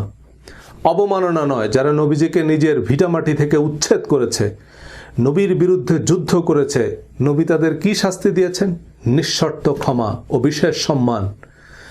তো নবীজির নামে মিথ্যা হাদিস বানিয়ে যারা এসব দাঙ্গা হাঙ্গামা করেন, তারা কোন নবীর সুন্নত অনুসরণ করেন? ইয়াজিদ নবীর না আবু জেহেল নবীর? আল কায়দা নাকি ইসরায়েল বানিয়েছে মুসলমানদের সুনাম নষ্ট করতে। নবীর নামে এমন জঘন্য মিথ্যা হাদিসের ভিত্তিতে যারা নিরপরাধ মানুষ হত্যার দাবিতে মিছিল করে, তাদেরকে কারা বানিয়েছে? যারা আগুন নিয়ে খেলছেন তারা নিজেরাও জানেন না যে এই আগুন তাদেরকে পুড়িয়ে ছারখার করবে। হাদিসের ভিত্তিতে শরিয়া আইন প্রণয়ন করে ইরান, ইরাক, সৌদি আরবে অসংখ্য ইসলামী স্কলারকে ধর্মীয় ভিন্নমতের কারণে জেল, জুলুম ও মৃত্যুদণ্ড দেওয়া হয়েছে। কোরআনে কেসাসের আয়াতগুলো খুনের বদলে খুন, চোখের বদলে চোখ এমন পরিষ্কার হলেও যে অপরাধে আপনি একজন মুসলমানকে মৃত্যুদণ্ড দিলেন কোরআন অনুযায়ী তা অপরাধী নয়। যে হাদিস অনুযায়ী মৃত্যুদণ্ড দেওয়া হয়েছে, হাদিসের আরেকজন এমিরেটাস অধ্যাপক সে হাদিসকে জাল বলছেন। এ কেমন আইন, এ কেমন জীবন বিধান? এমন জালিয়াতি বেদ বাইবেল নিয়ে হয়েছে। সাধারণ মানুষকে বেদ বাইবেল থেকে দূরে রেখে রিলিজিয়াস এলিটরা সতীদাহ, উইচ হান্ট বা ব্লাসফেমি আইনের নামে সক্রেটিস, ব্রুনোর মতো হাজারো দীপশিখা নিভিয়ে দিয়েছে, হাজারো তরতাজা ফুল স্বামীর চিতায় জ্বালিয়ে দিয়েছে। তারপর রাজা রামমোহন রায় বেদ আর মার্টিন লুথার কিং বাইবেলকে সাধারণ মানুষের বোধগম্য করে অনুবাদ করলেন সে অন্ধকারে আলো জ্বালাতে। কোরআন বুঝে পড়ুন, আলো আসবেই। আজ যে কথাগুলো আমি বলছি, কাল এ কথাগুলো মাদানী, আজহারি হুজুররা বলবেন। তাদের একটু অভয় দেন, পরিবেশ তৈরি করুন। তারা সাহস করে সত্যটুকু বললে আমাদের বলতে হয় না। তারা বললে মানুষ আরও উপকৃত হবে। বড় বড় আলেমরাও এ ব্যাপারে একমত যে কোরআনের সাথে অসামঞ্জস্যপূর্ণ হাদিস পরিত্যাজ্য। কিন্তু আলেমদেরও অনেক প্রতিবন্ধকতা আছে, দল মত, পক্ষ বিপক্ষ, স্বার্থের দ্বন্দ্ব বা নানান রকমের হুমকি আছে। চাইলেই সব সত্য বলতে পারেন না। হজরত জায়েদ রাদিয়াল্লাহু তাআলা আনহুর স্ত্রীকে তালাক দেওয়ার পর নবীজির সাথে বিয়ের ঘটনাও কোরআনে পরিষ্কার লেখা আছে, একেবারে জায়েদ নাম ধরে বলা আছে। কিন্তু হজরত আয়েশার সাথে 6 বছর বয়সে বিবাহ আর 9 বছর বয়সে সেক্স, এটা কোরআনের কোন আয়াতের হিকমা বা তাফসির? বিয়ের সময় হজরত আয়েশা রাদিয়াল্লাহু তাআলা আনহার বয়স কত ছিল তা আমরা জানি না, কারণ তা আল্লাহ আমাদের জানাননি। কেন জানাননি? প্রয়োজন মনে করেননি। কিন্তু এই তথ্য আমাদের কেন লাগবে? কিন্তু নাস্তিকদের লাগবে নবীর চরিত্র হনন করতে। হাদিসের নামে এমন অনেক বর্ণনাই নবীজির জন্য অবমাননাকর। আপনি তো অস্বীকার করতে পারবেন না, কারণ তা বুখারী শরীফের সহিহ হাদিস। নবীজির নামে ফেসবুকে আপত্তিকর কিছু লিখলে আমাদের রক্ত টকবক করে ওঠে, কিন্তু হাদিসের নামে যারা নবীকে নিষ্ঠুর, অবিবেচক, ডিক্টেটর হিসেবে উপস্থাপন করছে তাদের রাহিমাহুল্লাহ বলি। মাঙ্কি ট্র্যাপ সম্পর্কে আপনারা অনেকেই হয়তো জানেন। বানর খালি হাত ঢুকাতে পারে এমন ছোট হোলওয়ালা একটা বাক্সে কিছু বাদাম রেখে দেয় শিকারীরা। বানর হাত ঢুকিয়ে বাদাম নেওয়ার পর আর মুষ্টিবদ্ধ হাত বের করতে পারে না। বলবেন বাদাম ছেড়ে দিলেই তো হয়, কিন্তু বানর বাদাম ছাড়ে না, কারণ এই সহজ বুদ্ধিখানা অতি চালাক বানরের নাই। এত বড় বড় মুহাদ্দিস, শাইখুল হাদিস, ইসলামী বিশ্ববিদ্যালয়ের অধ্যাপকরা কি কম জানেন? বেনারস হিন্দু ইউনিভার্সিটি সহ সারা বিশ্বের শত শত হিন্দু, খ্রিস্টান, জিউইশ, বুদ্ধিস্ট ইউনিভার্সিটি আছে। সেখানেও রামায়ণ, মহাভারত, ত্রিপিটক, বাইবেল, গীতার শত সহস্র প্রফেসর আছেন। সারা জীবন পড়াশোনা করে তারা কোরআনকেই মানছে না, হাদিস তো বহুদূর। কারণ সারা জীবনের পড়াশোনা বা মদিনা আল আজহারের পিএইচডি ডিগ্রি সত্যতার মানদণ্ড নয়। একজন মুসলমান হিসাবে কোরআন আমার বাধ্যতামূলক বিশ্বাস। কোরআনই আমার কাছে একমাত্র কোষ্ঠী পাথর। আর এই কোরআন বলছে কোরআন সম্পূর্ণ, পরিপূর্ণ এবং শতভাগ প্রায়োগিক। তাফসির, জীবনী, হাদিস বা ইতিহাস হিসাবে নবীজির যত আনঅফিশিয়াল স্টেটমেন্ট আছে তা ধর্মীয় বিধানের ভিত্তি হিসাবে বিবেচনার ক্ষেত্রে প্রধান এবং প্রথম মূলনীতি হচ্ছে তা অবশ্যই কোরআনের সাথে সঙ্গতিপূর্ণ হতে হবে। কোরআনের সাথে কন্ট্রাডিক্টরি হাদিস আবু জেহেলের হাদিস। হাদিসের পক্ষে সবচেয়ে শক্তিশালী যুক্তি হচ্ছে আমাদের প্রধান ইবাদত এবং বেহেশতের চাবি নামাজ। এই নামাজ আপনি হাদিস ছাড়া কিভাবে পড়বেন? কোরআনে তো এর বিস্তারিত বিবরণ নাই। এছাড়া কোরআনের কিছু অতিপ্রাকৃতিক বিষয় যেমন জিন, ফেরেশতা ইত্যাদি হাদিস ছাড়া কিভাবে ব্যাখ্যা করবেন? অর্থাৎ কোরআনের ব্যাখ্যা, বিশ্লেষণ, প্রায়োগিক জ্ঞান হিসাবে হাদিসকে মেনে নিতে বলা হচ্ছে। আমাদের পরিচিত প্রচলিত নামাজের প্রতিটা ধাপ বর্ণনার জন্য কোরআনের 8 থেকে 10টা আয়াতই যথেষ্ট। দিনে 50 রাকাত নামাজ পড়লেও প্রতি রাকাত একই রকম। সুতরাং 1 রাকাতের বিস্তারিত নিয়ম পাওয়া গেলেই বিষয়টা সহজ হয়ে যায়। আর যিনি বলছেন যে আমরা হাদিস অনুযায়ী নামাজ পড়ি, একটু জিজ্ঞেস করবেন যে আমরা কোন কোন হাদিস অনুযায়ী নামাজ পড়ি, সে হাদিসগুলো একটু দেখান। আমি কোরআনের ভিত্তিতে কথা বলি তাই অনেকে গোমরা হয়ে যাচ্ছেন।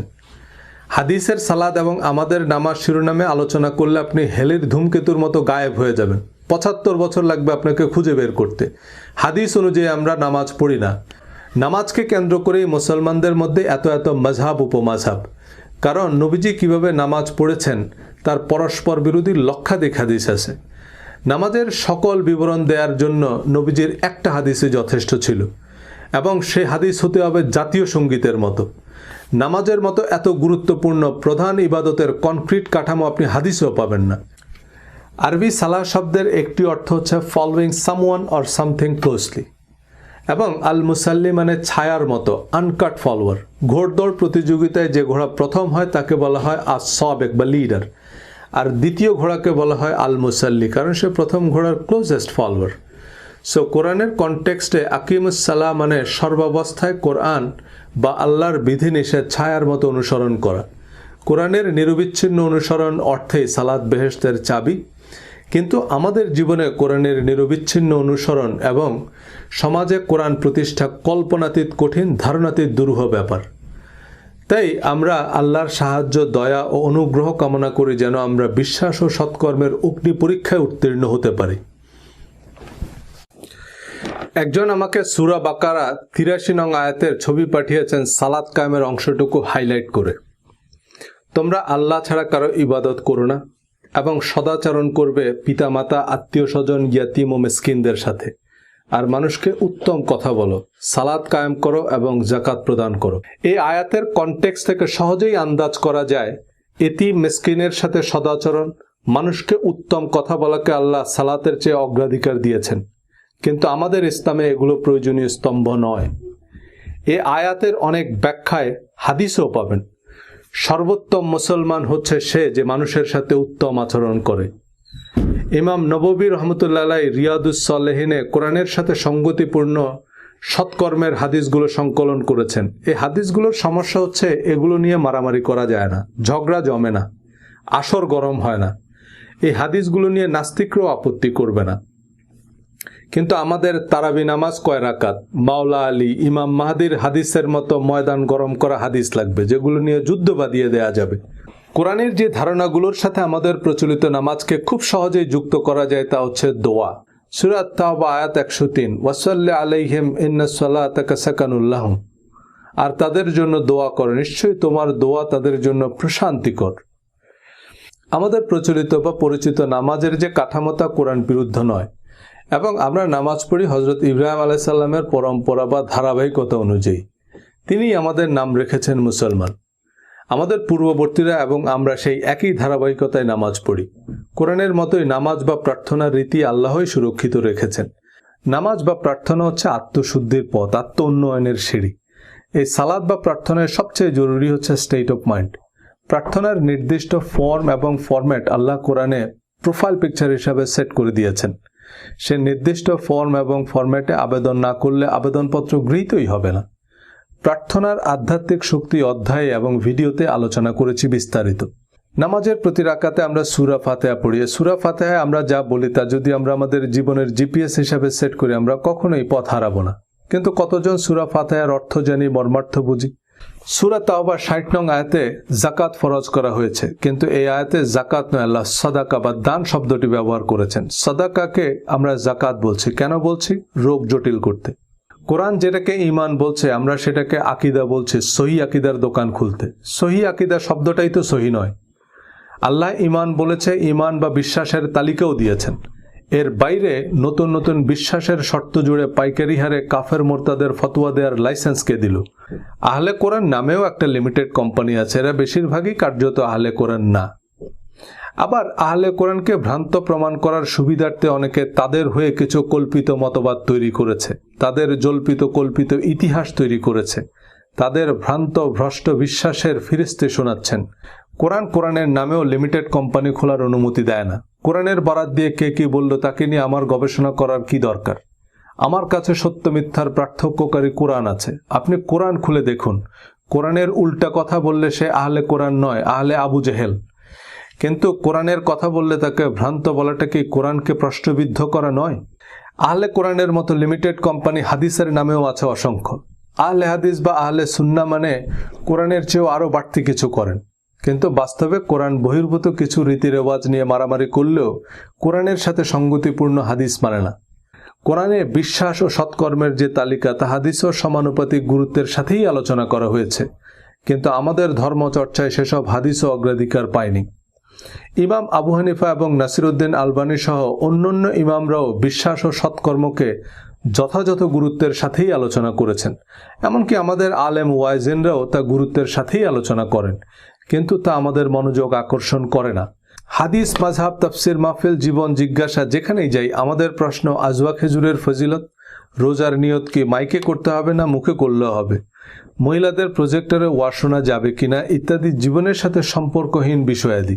একজন কৃষক জানে যত তাড়াতাড়ি সে আগাছা চিহ্নিত করে তা উপড়ে ফেলতে পারবে ততই তা তার জন্য সাশ্রয়ী। কারণ আগাছা তার সার, সেচ, পরিচর্যায় ভাগ বসায় কিন্তু কোনো ফল দেয় না। শস্যের চেয়ে আগাছা আলাদা করতে এবং তা উপড়ে ফেলতে কৃষক বিশেষ ধরনের নিড়ানি ব্যবহার করে। ধর্মের আগাছা তুলতে সে অব্যর্থ নিড়ানি হচ্ছে কোরআন।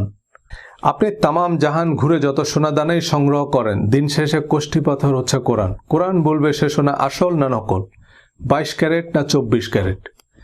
অনেকে দাবি করেন আরবি ভাষা ব্যাকরণ না বুঝলে কোরআন যথাযথভাবে বোঝা সম্ভব নয়। ভালো কথা, তো সেই আরবি ভাষা ব্যাকরণ জানা আন্তর্জাতিক খ্যাতিসম্পন্ন মুফাসসিরে কোরআন আরবি তেলাওয়াত করে অতঃপর বাংলাতে তর্জমা করেই বোঝাবেন এবং আপনি শেষ পর্যন্ত ওই বাংলাটুকুই বুঝবেন। কোরআনের প্রসিদ্ধ অনুবাদ আরবি ভাষা ব্যাকরণ আনুষঙ্গিক বিষয়াদি জানা আলেমরাই করেছে। ইসলামিক ফাউন্ডেশনের কোরআন অনুবাদ ডক্টর মোহাম্মদ শহীদুল্লাহর মতো ভাষাবিদ, আল্লামা কাশগরির মতো বিজ্ঞ আলেমদের সমন্বয়ে গঠিত কমিটি করেছে। ইংরেজি অনুবাদে বাজেট আরও বেশি, কিন্তু এক একজন এক এক রকম তাফসির, শানে নজুল, ইতিহাস যোগ করে সোজা জিনিসকে উল্টা বোঝাবে। সেটা না বুঝলে আবার মুরতাদ। কোরআন অনুযায়ী অভিজাত সুন্দর পোশাকই ইসলামী পোশাক। আল্লাহ বলেছেন, হে নবী আপনি বলুন কি হারাম করেছে আল্লাহর সৌন্দর্য উপকরণ যা তিনি তার বান্দাদের জন্য সৃষ্টি করেছেন। আল্লাহ নবীকে বলতে বলেছেন, আর মুমিন নারীদেরকে বলো তারা যেন তাদের দৃষ্টি সংযত রাখে এবং তাদের প্রাইভেট পার্ট আবৃত রাখে। একই শব্দ একই কথা পুরুষদের জন্য। মুমিন পুরুষদের বলো তারা যেন তাদের দৃষ্টি সংযত রাখে আর প্রাইভেট পার্ট আবৃত রাখে। এর অতিরিক্ত মহিলাদের ওড়না দিয়ে বুক ঢেকে রাখতে বলা হয়েছে আর একটা চাদর ঝুলিয়ে দিতে বলা হয়েছে আভিজাত্যের প্রতীক হিসাবে, যাতে তাদের অ্যাবিউজড করা না হয়।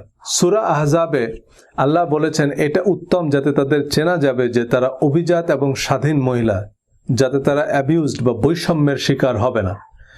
কিন্তু মাথাকে প্রাইভেট পার্ট বানানো, ওড়নাকে হিজাব আর চাদরকে নিকাব বানানোর জন্য দুনিয়ার তাফসির জড়ো করছি। কিন্তু এর আগের আয়াতে আল্লাহ বলেছেন, আর যারা মুমিন নরনারীকে তাদের কৃত কোনো অন্যায় ছাড়াই কষ্ট দেয় নিশ্চয়ই তারা বহন করবে অপবাদ ও সুস্পষ্ট পাপ। এই দুই আয়াতের মধ্যেই কোনটা পাপ আর কোনটা সাধারণ সামাজিক গাইডলাইন এটা বুঝতে কি আপনার আল আজহার ইউনিভার্সিটিতে পড়া লাগবে? কিন্তু পোশাক নিয়ে কোরআনের বক্তব্য তুলে ধরায় অনেক ধর্মপ্রাণ মানুষ অকথ্য ভাষায় গালাগাল করলেন, হত্যার হুমকিও দিয়েছেন। আমি কোরআনের কথাই বলেছি। আপনার বাড়ির কোরআন খুলে দেখুন, ভুল বললে রেফারেন্স সহ কমেন্ট করুন। খ্রিস্টানদের ক্রুশে যে যিশুর মূর্তি আছে তাতে যিশুর দাড়ি আছে।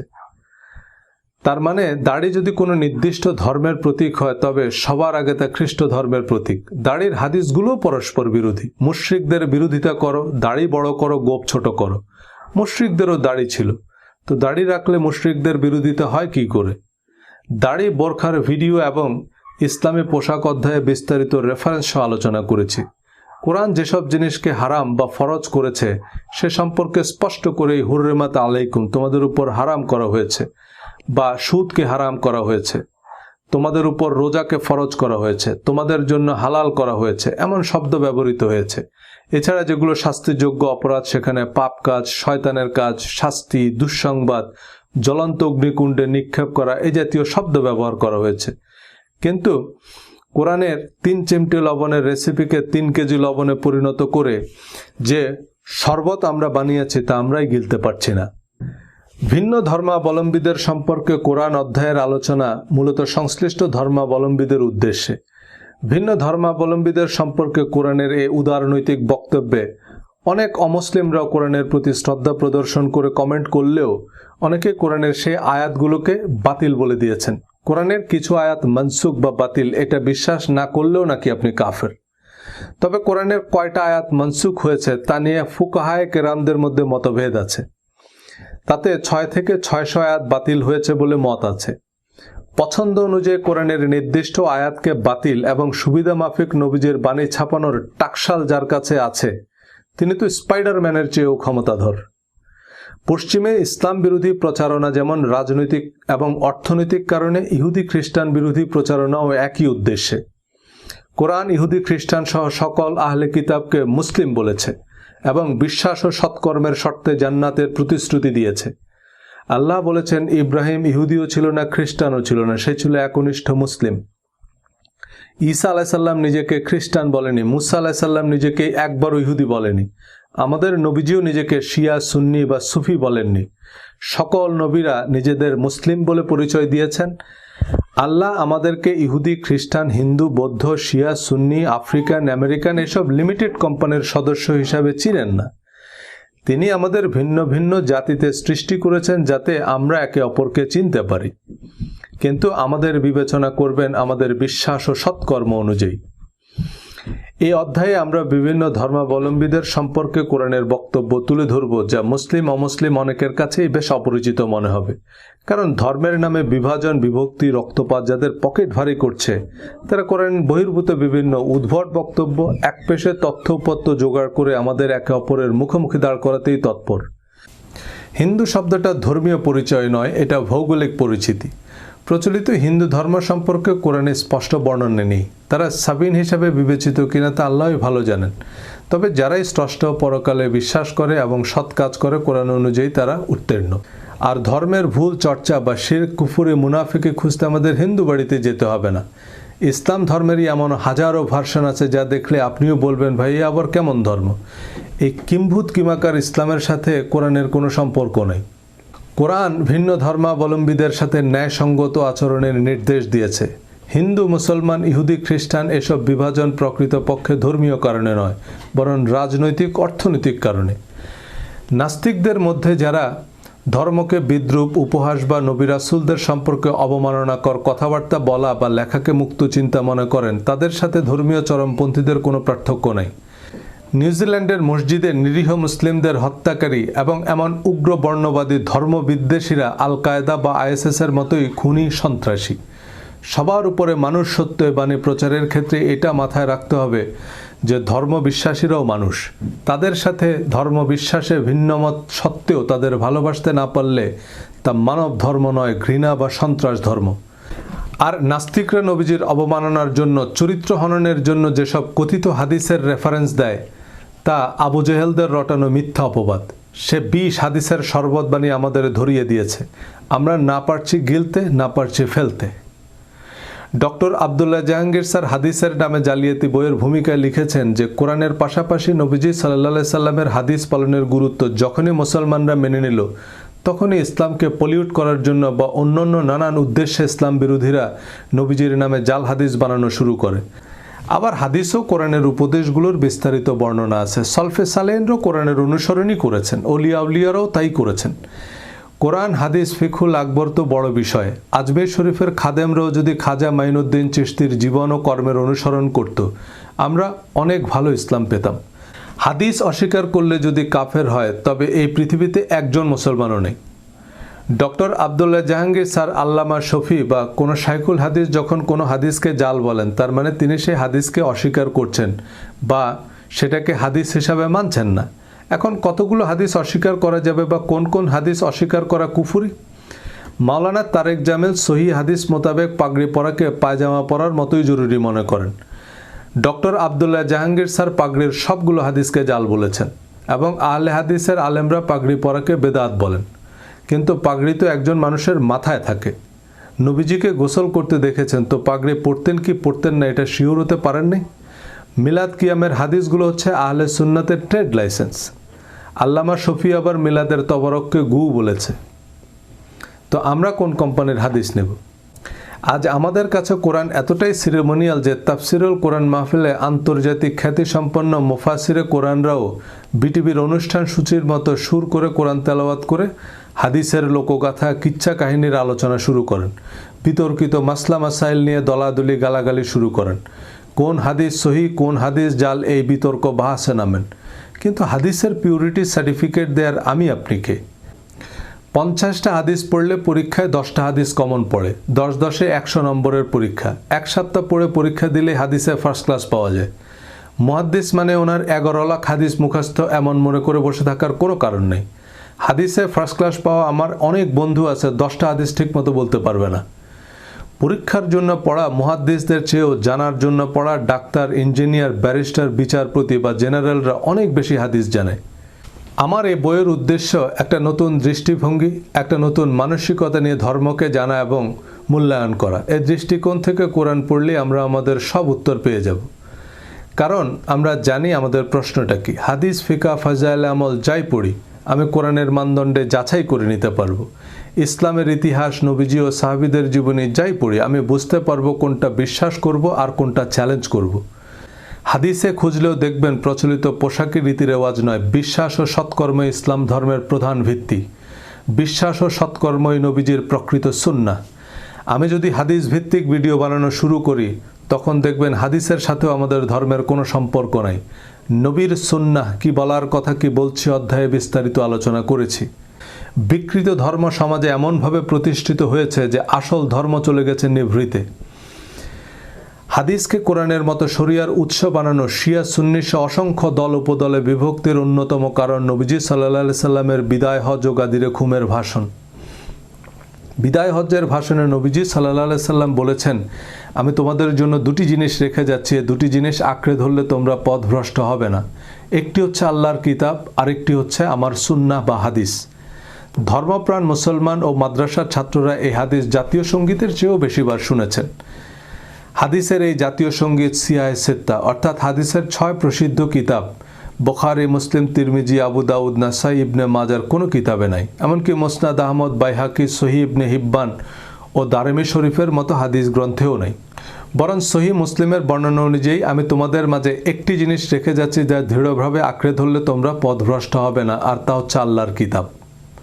সুনান আবু দাউদের বর্ণনা, আমি তোমাদের মধ্যে একটি বিশেষ বস্তু রেখে যাচ্ছি, আমার পর যদি তোমরা তা মজবুতভাবে ধারণ করো তবে তোমরা কখনো গোমরা হবে না, আর তা হচ্ছে আল্লাহর কিতাব।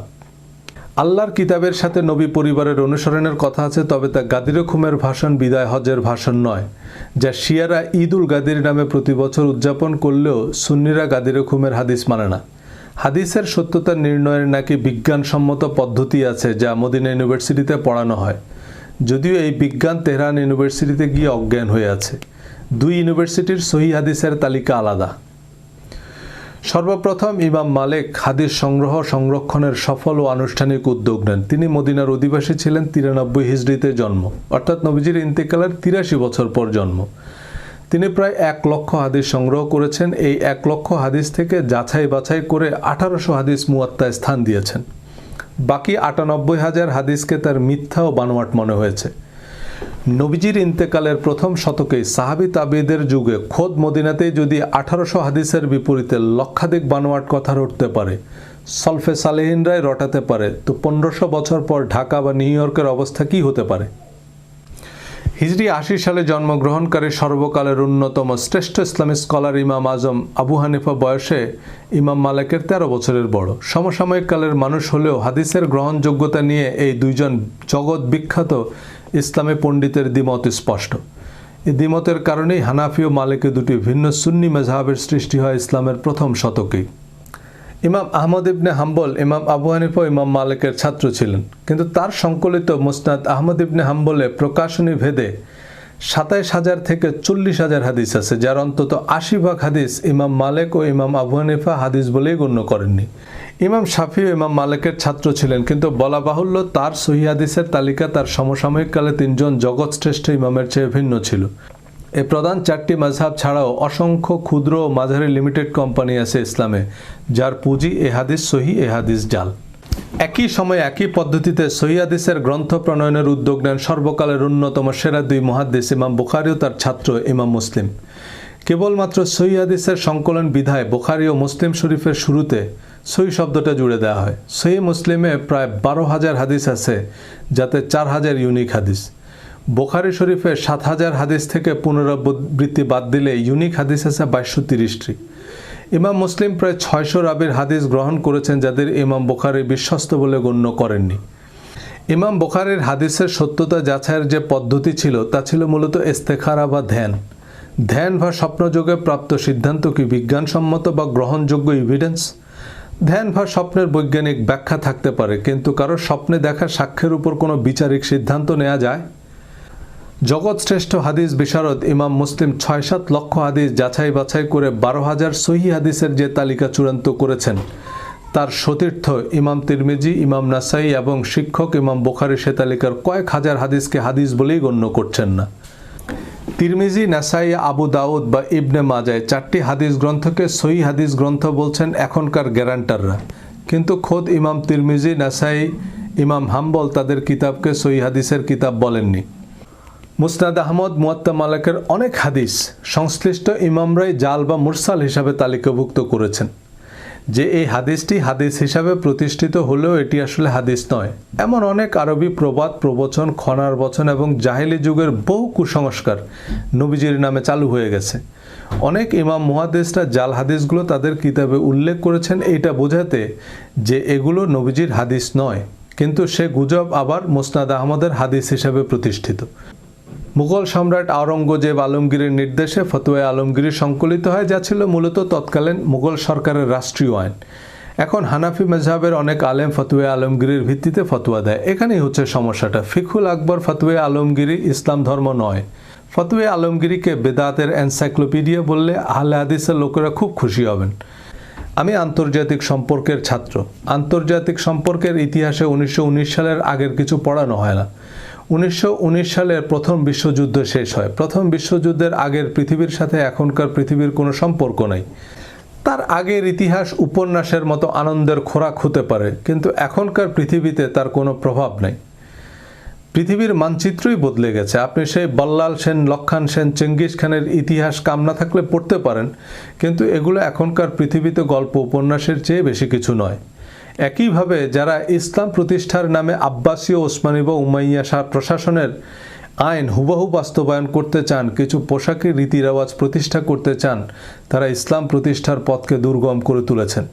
ইমাম আবু হানিফা, ইমাম মালিকের মতো স্কলাররা এখনকার বেশিরভাগ মুফতি মুহাদ্দিসদের মতো নিধিরাম সর্দার ছিলেন না। তারা রাষ্ট্রের নীতি নির্ধারক ছিল। তারা তাদের সময়ের সেরা রাষ্ট্রবিজ্ঞানী, সমাজবিজ্ঞানীও ছিল। তারা তখনকার রাষ্ট্র বিশ্ব ব্যবস্থার প্রয়োজন অনুযায়ী কোরআন ভিত্তিক আইন প্রণয়ন করেছে। তাদের নামেও অসংখ্য মিথ্যা ফতোয়া বানিয়েছে জালিয়াত চক্র। তাই সেসব আইন যারা এখনকার সমাজ বা রাষ্ট্রে অবিকল প্রয়োগ করতে চান, তারা নিজেরাও জানে না তারা কি বলছে। এখন দ্বিতীয়ার্ধের খেলা চলছে। আগের গোল পোস্টে গোল দিলে তা আত্মঘাতী গোল হবে। এই আত্মঘাতী গোলই দিচ্ছেন আমাদের সুপারস্টাররা। এই কিং কর্তব্য বিমূঢ় শরিয়া আইনকে ইসলাম হিসাবে প্রতিষ্ঠা করা ইসলাম নতুন প্রজন্মের কাছে গেলার অযোগ্য ঢেকিতে পরিণত হয়েছে। প্রচণ্ড ধর্মপ্রাণ মানুষও ধর্মনিরপেক্ষতাকেই বিজ্ঞানসম্মত মনে করে। তারাও ইসলামী দলের ম্যানিফেস্টোতে ভরসা রাখতে পারে না। বিস্তারিত রেফারেন্স সহ আমার বই আলোচনা করেছি। আল্লাহর বিধান আর মানুষের বিধানের পার্থক্য বুঝতে বইটি আপনাকে সাহায্য করবে। কিন্তু বিষয়গুলো এতই হিজিবিজি যে ঘুরে ফিরে আবার সেই একই প্রশ্ন।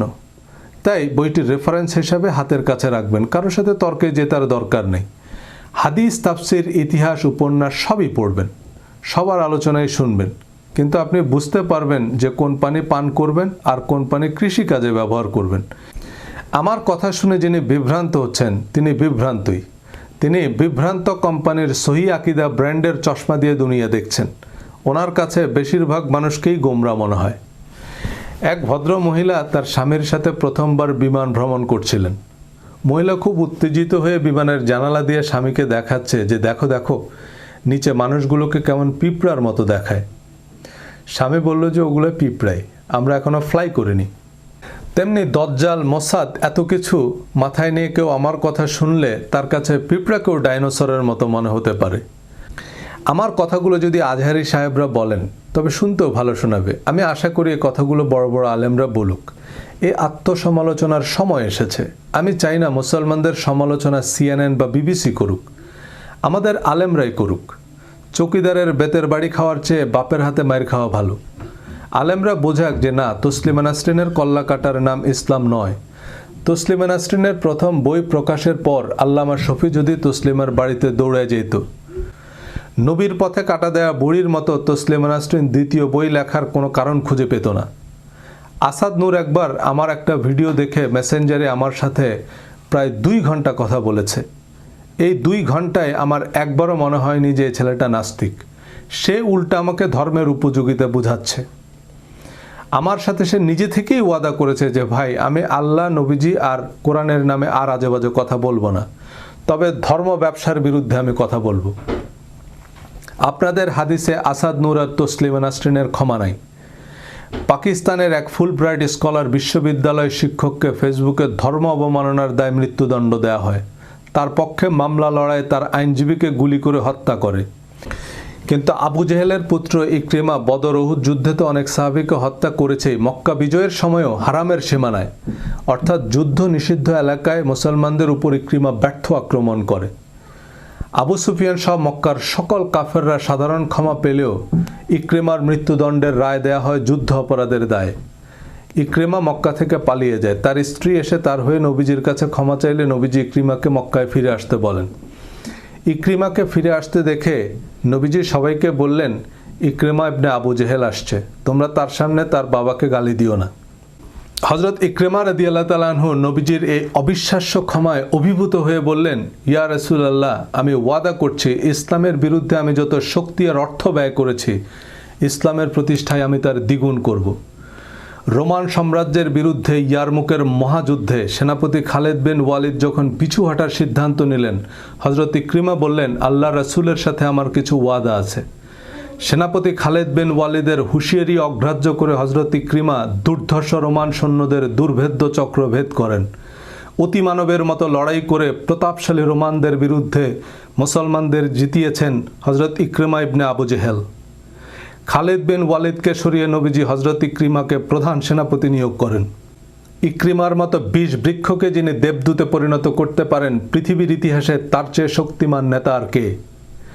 নবীজি তার প্রধান শত্রু আবু জেহেলের পুত্রকে প্রধান সেনাপতির দায়িত্ব দিতে পেরেছেন। আর আপনি হুমায়ুন আজাদের ঘাড়ে কোপ দিয়ে অতঃপর আজওয়া খেজুর খেয়ে নবীজির সুন্নত আদায় করছেন। ভিন্ন মত সত্ত্বেও তাদের মঙ্গল কামনা করতে পারাই সৎকর্ম। ইকরিমার মতো জঘন্য যুদ্ধাপরাধীকে নিঃশর্ত ক্ষমা ও উপযুক্ত মর্যাদা দিতে পারাই নবীর সুন্নাহ। এই বিশ্বাস ও সৎকর্মের দুর্গম গিরিপথ অতিক্রম করতে আল্লাহ আমাদের সহায় হন এবং আমাদের সৌভাগ্যবানদের অন্তর্ভুক্ত করুন। সবাইকে ধন্যবাদ। আসসালামু আলাইকুম।